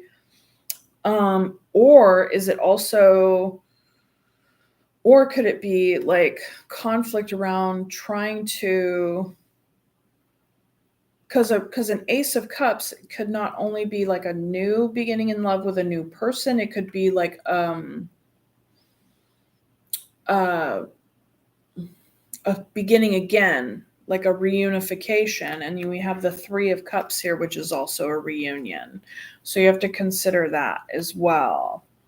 Are you in conflict about trying to get back together with the person that broke your heart? Or are you in conflict about just trying to have a new beginning with a whole brand new person, even though your heart is still broken and you haven't healed from this past person? Okay. And with the Knight of Cups here, I tend to think that the Ace is like wanting to just say, fuck it, move forward. Like, let's try to like move over and past this whole thing. And so we can like get some new energy. As they say, the best way to get over somebody is to get under somebody, which is like it's so fucking crass. That's so crass, isn't it? Okay. Knight of Cups, High Priestess, the World, and the Five of Pentacles. Mm. Mm. So like a cycle is closed off, and I feel like your intuition, whenever the High Priestess shows up, that's like your guide has arrived. Like your tour guide to your own inner world and psyche is here, right? And so I feel like, and these energies, the High Priestess in the World, the cards that are clarifying the Knight of Cups are like so much more powerful and heavier hitting than just the Knight of Cups.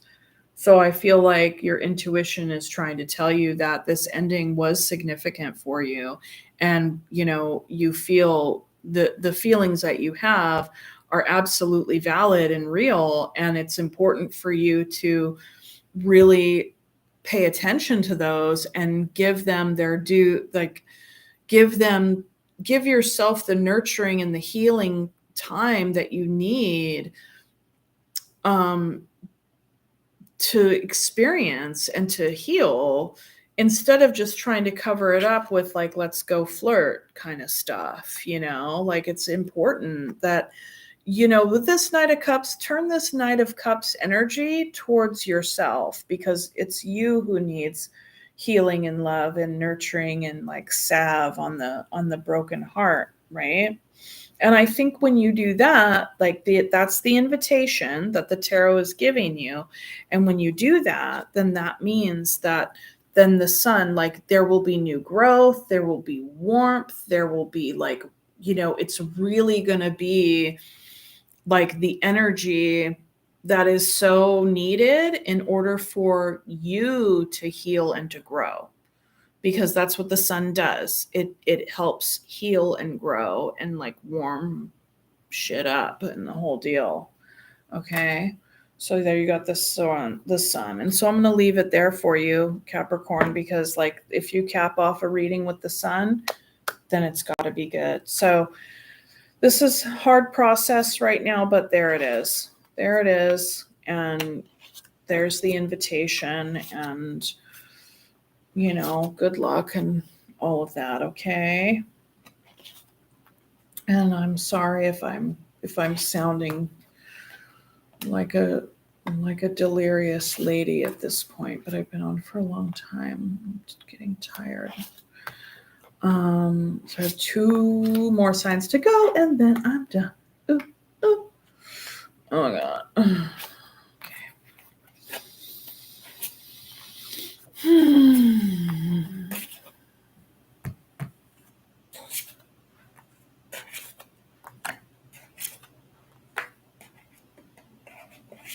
Okay.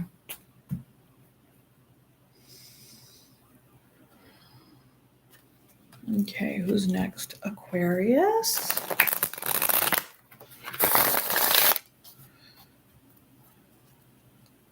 And thank you, my one viewer, for all your wonderful likes, shares, and subscribes. Okay. And I will say this, like, if somebody comes into the room at this time and the sign has already passed, the reading has already passed for your sign, you can scroll back the little button on the bottom of the screen. Okay, Aquarius.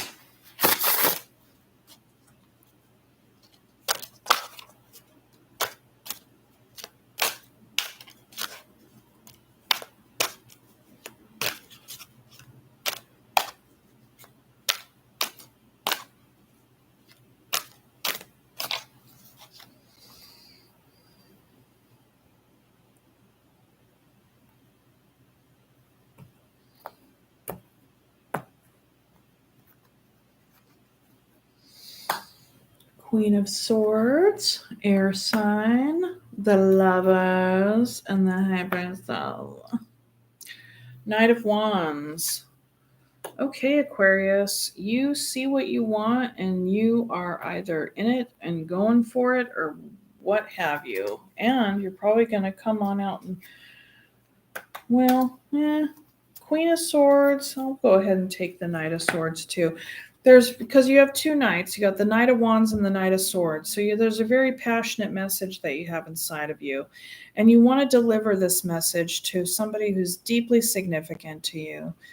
And with the Lovers here. And then we have the Queen of Swords on one side, the High Priestess on the other. So what we're looking at here is you're weighing your intuition with your intellect here. Okay, so tell me more about the Queen of Swords. Hangman, 6 of Pentacles, and the 5 of Pentacles. So that's the thing. The Queen of Swords is saying, hang back. Even though you really want to deliver this message, you really want to do it in a well-measured way because you don't want to be left out in the cold. You know, I get the sense that there's like that logic in you, Aquarius, is saying that, you know, to yourself. So that's why you're kind of like hanging back. You may even be hanging back and observing, right? You know, being well measured, being strategic a little bit about when you deliver this message, right? Because you want to deliver it in a well measured way. Because I get the sense that you feel like it's a big risk because of, you know, feeling as though you're going to be out in the cold. And the thing is that you might even be there already. You know what I mean? Like, and then you're just like, this message is about trying to come in from outside, you know, come in from the cold, as it were. Okay.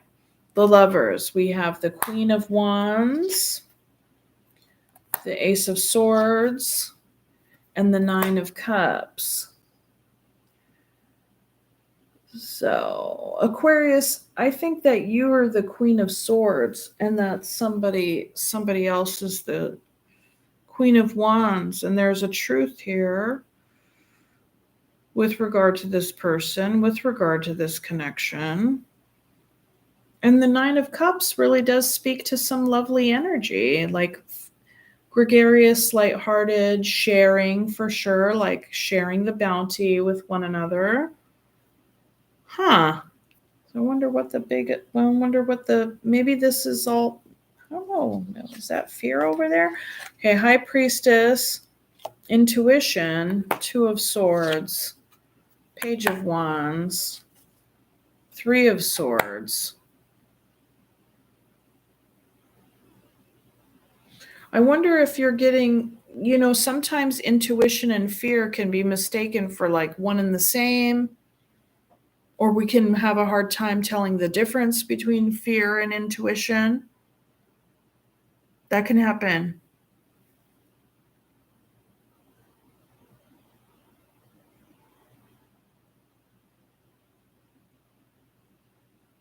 Yeah.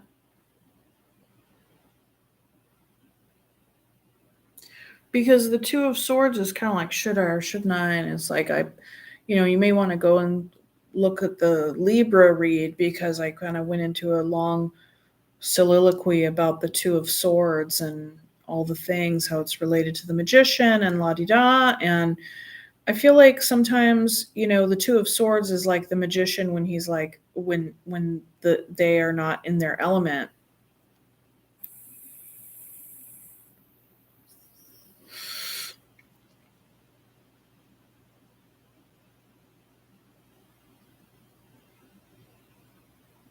The thing is, the High Priestess is a heavy hitter energy, right?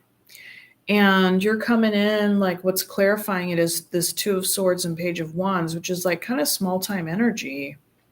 So I feel like that, yeah, I don't know, like I'm getting the sense that you're kind of like, should I or shouldn't I? And the intuition is saying that this connection is really great, and it's like, like fun and all the things, and you really want to say something, you want to do something, and you're also like, that it's a risk, both intellectually and intuitively. You feel like it's a risk. So what should you do? Or not, what should you do? More along the lines of like, what's some what's some advice? Because you want to tell somebody how you feel. You want to tell somebody what you think and what you want to do, and you're hanging back, and you're enjoying this, you're experiencing this on an intellectual level as being equal give and take, which is lovely. You're experiencing this on an emotional level as being, bountiful and fun. And but with the Truth next to the Queen of Sword or Queen of Wands, like I wonder, sometimes the Queen of Wands is kind of, quote unquote, known as, and this might not be true for all of you, but the Queen of Wands can be seen as like the affair partner. So maybe there's a part of you that's like, intuitively, like, do I know? And I'm trying to investigate, with that magnifying glass. Should I confront this? Shouldn't I? That's another storyline, but it came to me, so I thought I got to share what comes to me. You know what I mean? Excuse me. But take it all how it resonates.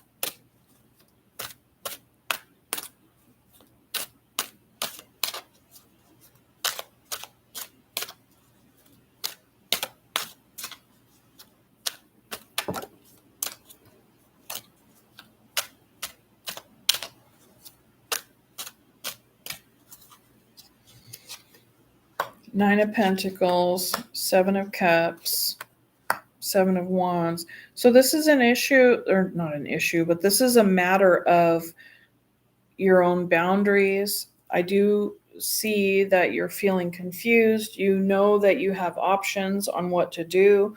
You definitely are a confident individual. But when it comes to this connection, I get the sense that there's a part of you that like doesn't quite trust it,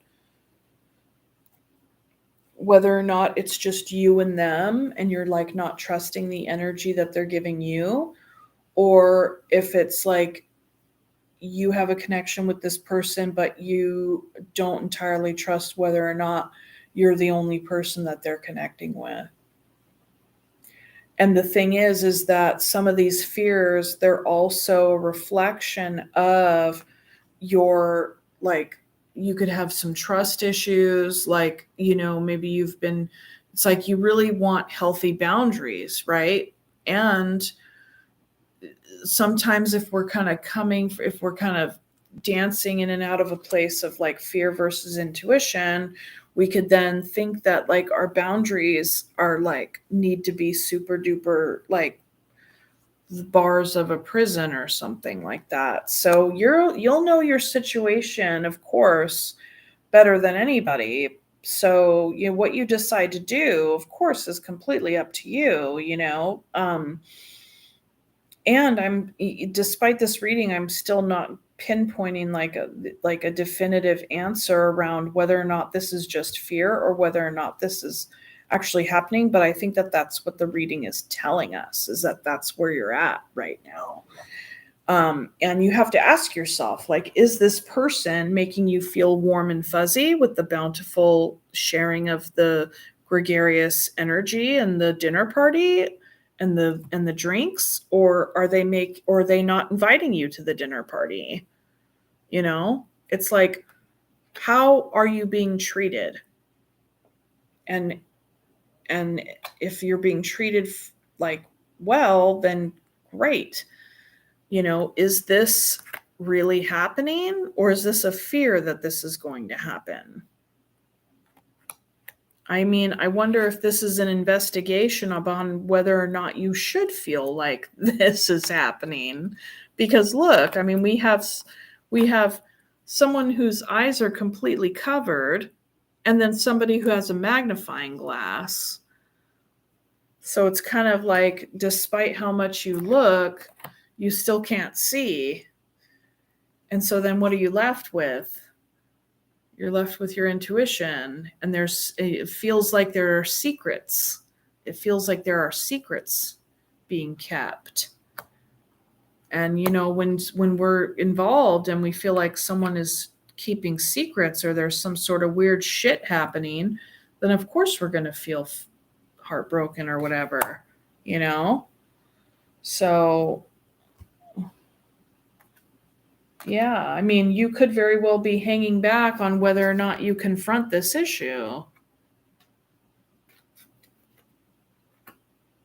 That's a possibility, Aquarius. But what I will say is that you definitely have it on your mind big time, and you have it on the tip of your tongue as well.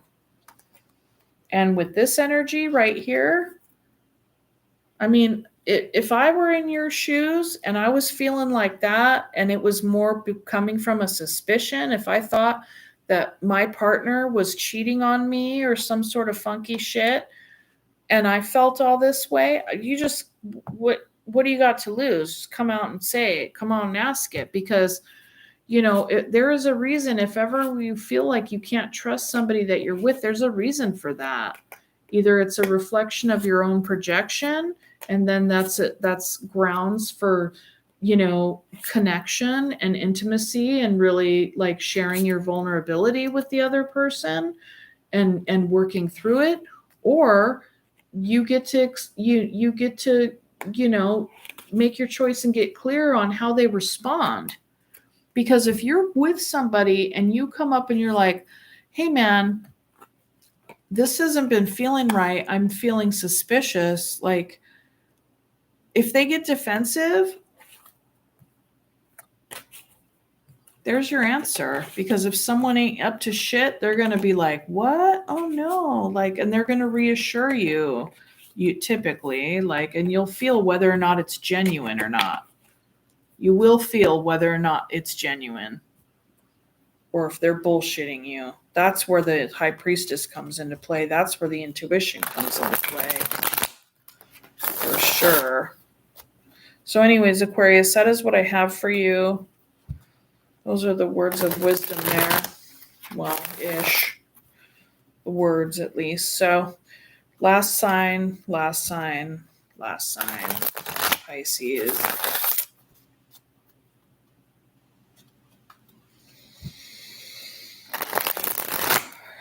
If I ever, well, I will do another live one day, but when I do, I'm gonna do a pick a pile live, and then it'll be 3 readings, and that'll be it.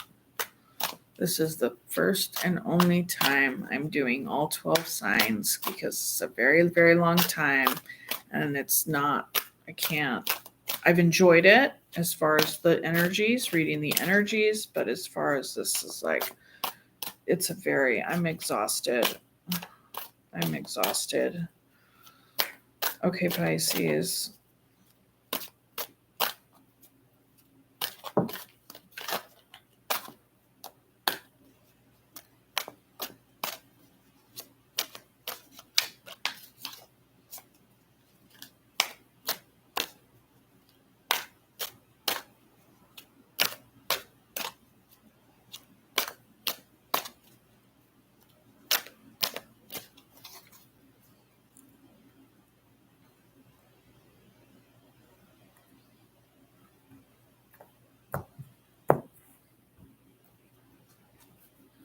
Holy shit, it's already midnight. Temperance, 8 of Cups, 7 of Cups, 6 of Pentacles. Equal give and take of some kind, some sort of something with the underlying energy. I feel like you're being well measured and like really like thoughtful about walking away from something. And, you know, it's like with the 7 of Cups, I suppose you could have been spoiled for choice in how to go about doing this, or feeling confused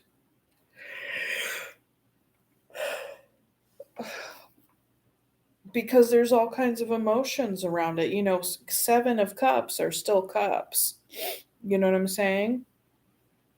I will say it's one of my least favorites. It is probably my least favorite card in the entire freaking tarot deck. I'm fucking 7 of Cups is fucking lame. I don't like that. I don't like that card.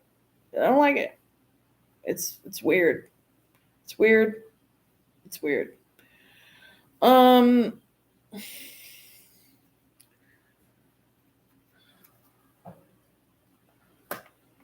Temperance, 7 of Pentacles, 5 of Cups, Knight of Wands.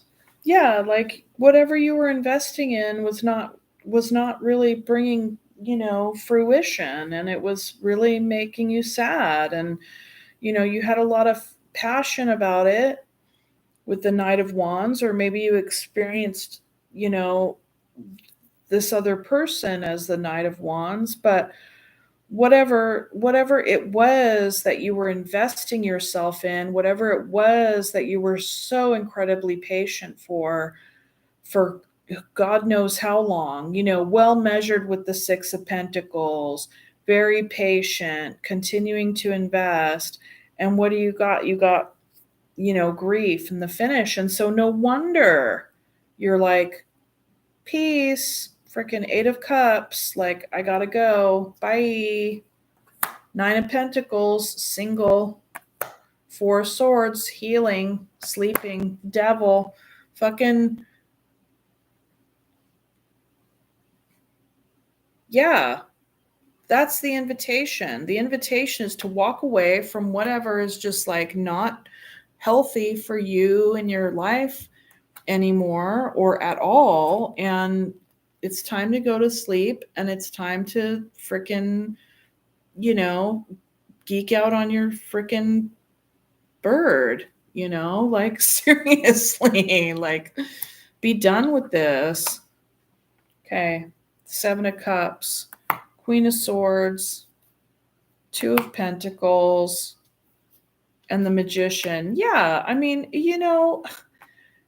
with the, what I'm seeing with this is, okay, Queen of Swords, very thoughtful, very discerning, but yet that energy, it's like it's coming up against the Two of Pentacles and the Seven of Cups, which are both kind of cards of like confusion and indecision. And it's kind of like confusion and indecision around what it is that you were trying to manifest for a really long time, it would appear, right? And so it's kind of like the Queen of Swords is up there being like, if this is so confusing and weird and funky, and like it's like I'm pouring all this energy into it and it's just not fruition, and it's like the manifestation is not coming to fruition and the whole deal, then what am I doing here? You know what I mean? Why am I going to invest my energy into something that is absolutely not fucking giving back at all? So, that it makes perfect sense to me. This Eight of Cups and the Devil and the Four and the Nine of Pentacles. Because the Six of Pentacles over here, let's see what was underneath with the Six of Pentacles. 10 of Cups, I think that was definitely the vision, the want, the moon, and then the Fool. So I think that the Fool is like the brand new journey, right? And the journey, the brand new cycle, is influenced by the vision of wanting to have the 10 of Cups, okay? Because it did not happen here. It did not happen here, okay? And the moon suggests some fears around the endeavor, but despite that, you're still moving forward because you want balance in your life. You want equal give and take in your life. If you're going to pour into somebody's cup, you want somebody pouring back into your cup. And the thing is like, you know what it's like when you don't get something poured into your cup, and pouring, what do we pour? We pour liquid, right? We pour water, and what carries water? Cups. That's emotional fulfillment. That's emotional exchange, And so, yeah. Yeah, Pisces. So, you really gave it your best shot, um and it didn't work out. It didn't deliver. It didn't deliver. And so you're like, okay.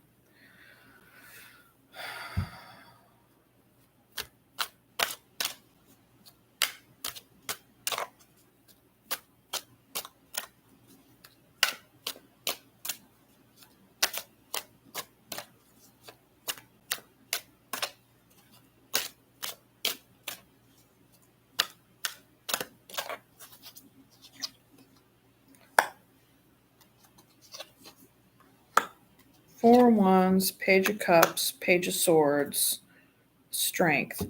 So yeah, for the Strength and the Lovers, the Hierophant, the Hermit, the Two of Cups. Okay, so listen, when you're moving towards your sense of stability, that and the Page of Cups and the Page of Swords, this is an invitation that you need to do like self-reflection on your own emotional world, also learning more with the Page of Swords. Somebody could be watching you with the Page of Swords, or you could be watching them with the Page of Swords. You or somebody else could be wanting to initiate a conversation. But this conversation has to do with the emotional world and the stability, okay? Like basically love of others and oneself and how that informs our stability as partners and as individuals, correct? And so then in this trajectory, there's the Strength, the Lovers, the Hierophant, the Hermit, and the Two of Cups. So what this is telling me, Pisces, is that like the more that you trust your inner guru and that you, are more like well balanced between your base desires and your higher knowing. And the Hierophant is here. So it's like your moral compass, having that like, full on, like kind of holistic approach to your own self and your own process, then that is what is going to lead you to the love of yourself. And then when you're able to have that love for yourself, then that's when you're able to like bring that in a union in the Two of Cups energy and in the Lover's energy. Okay. And so I think that with the Eight of Cups in the middle there, walking away from the devil energy is basically your testament to your own love of yourself. And that was a very self like loving act for yourself to move forward and away from anything that was just not healthy for you. And with that, like the more that you're able to nurture yourself and to be present with yourself, then the more you can be present with other people, and then you can have this beautiful partnership that you appear to be manifesting. Okay, well, that is what I have for you, Pisces, and that is what I have for the whole shebang. I am totally done, and I am gonna go. Good night. Okay. Bye. Oh, remember to like, share, and subscribe, all the things. Okay, please help the algorithm. Okay. All right. Have a great night. Okay, bye.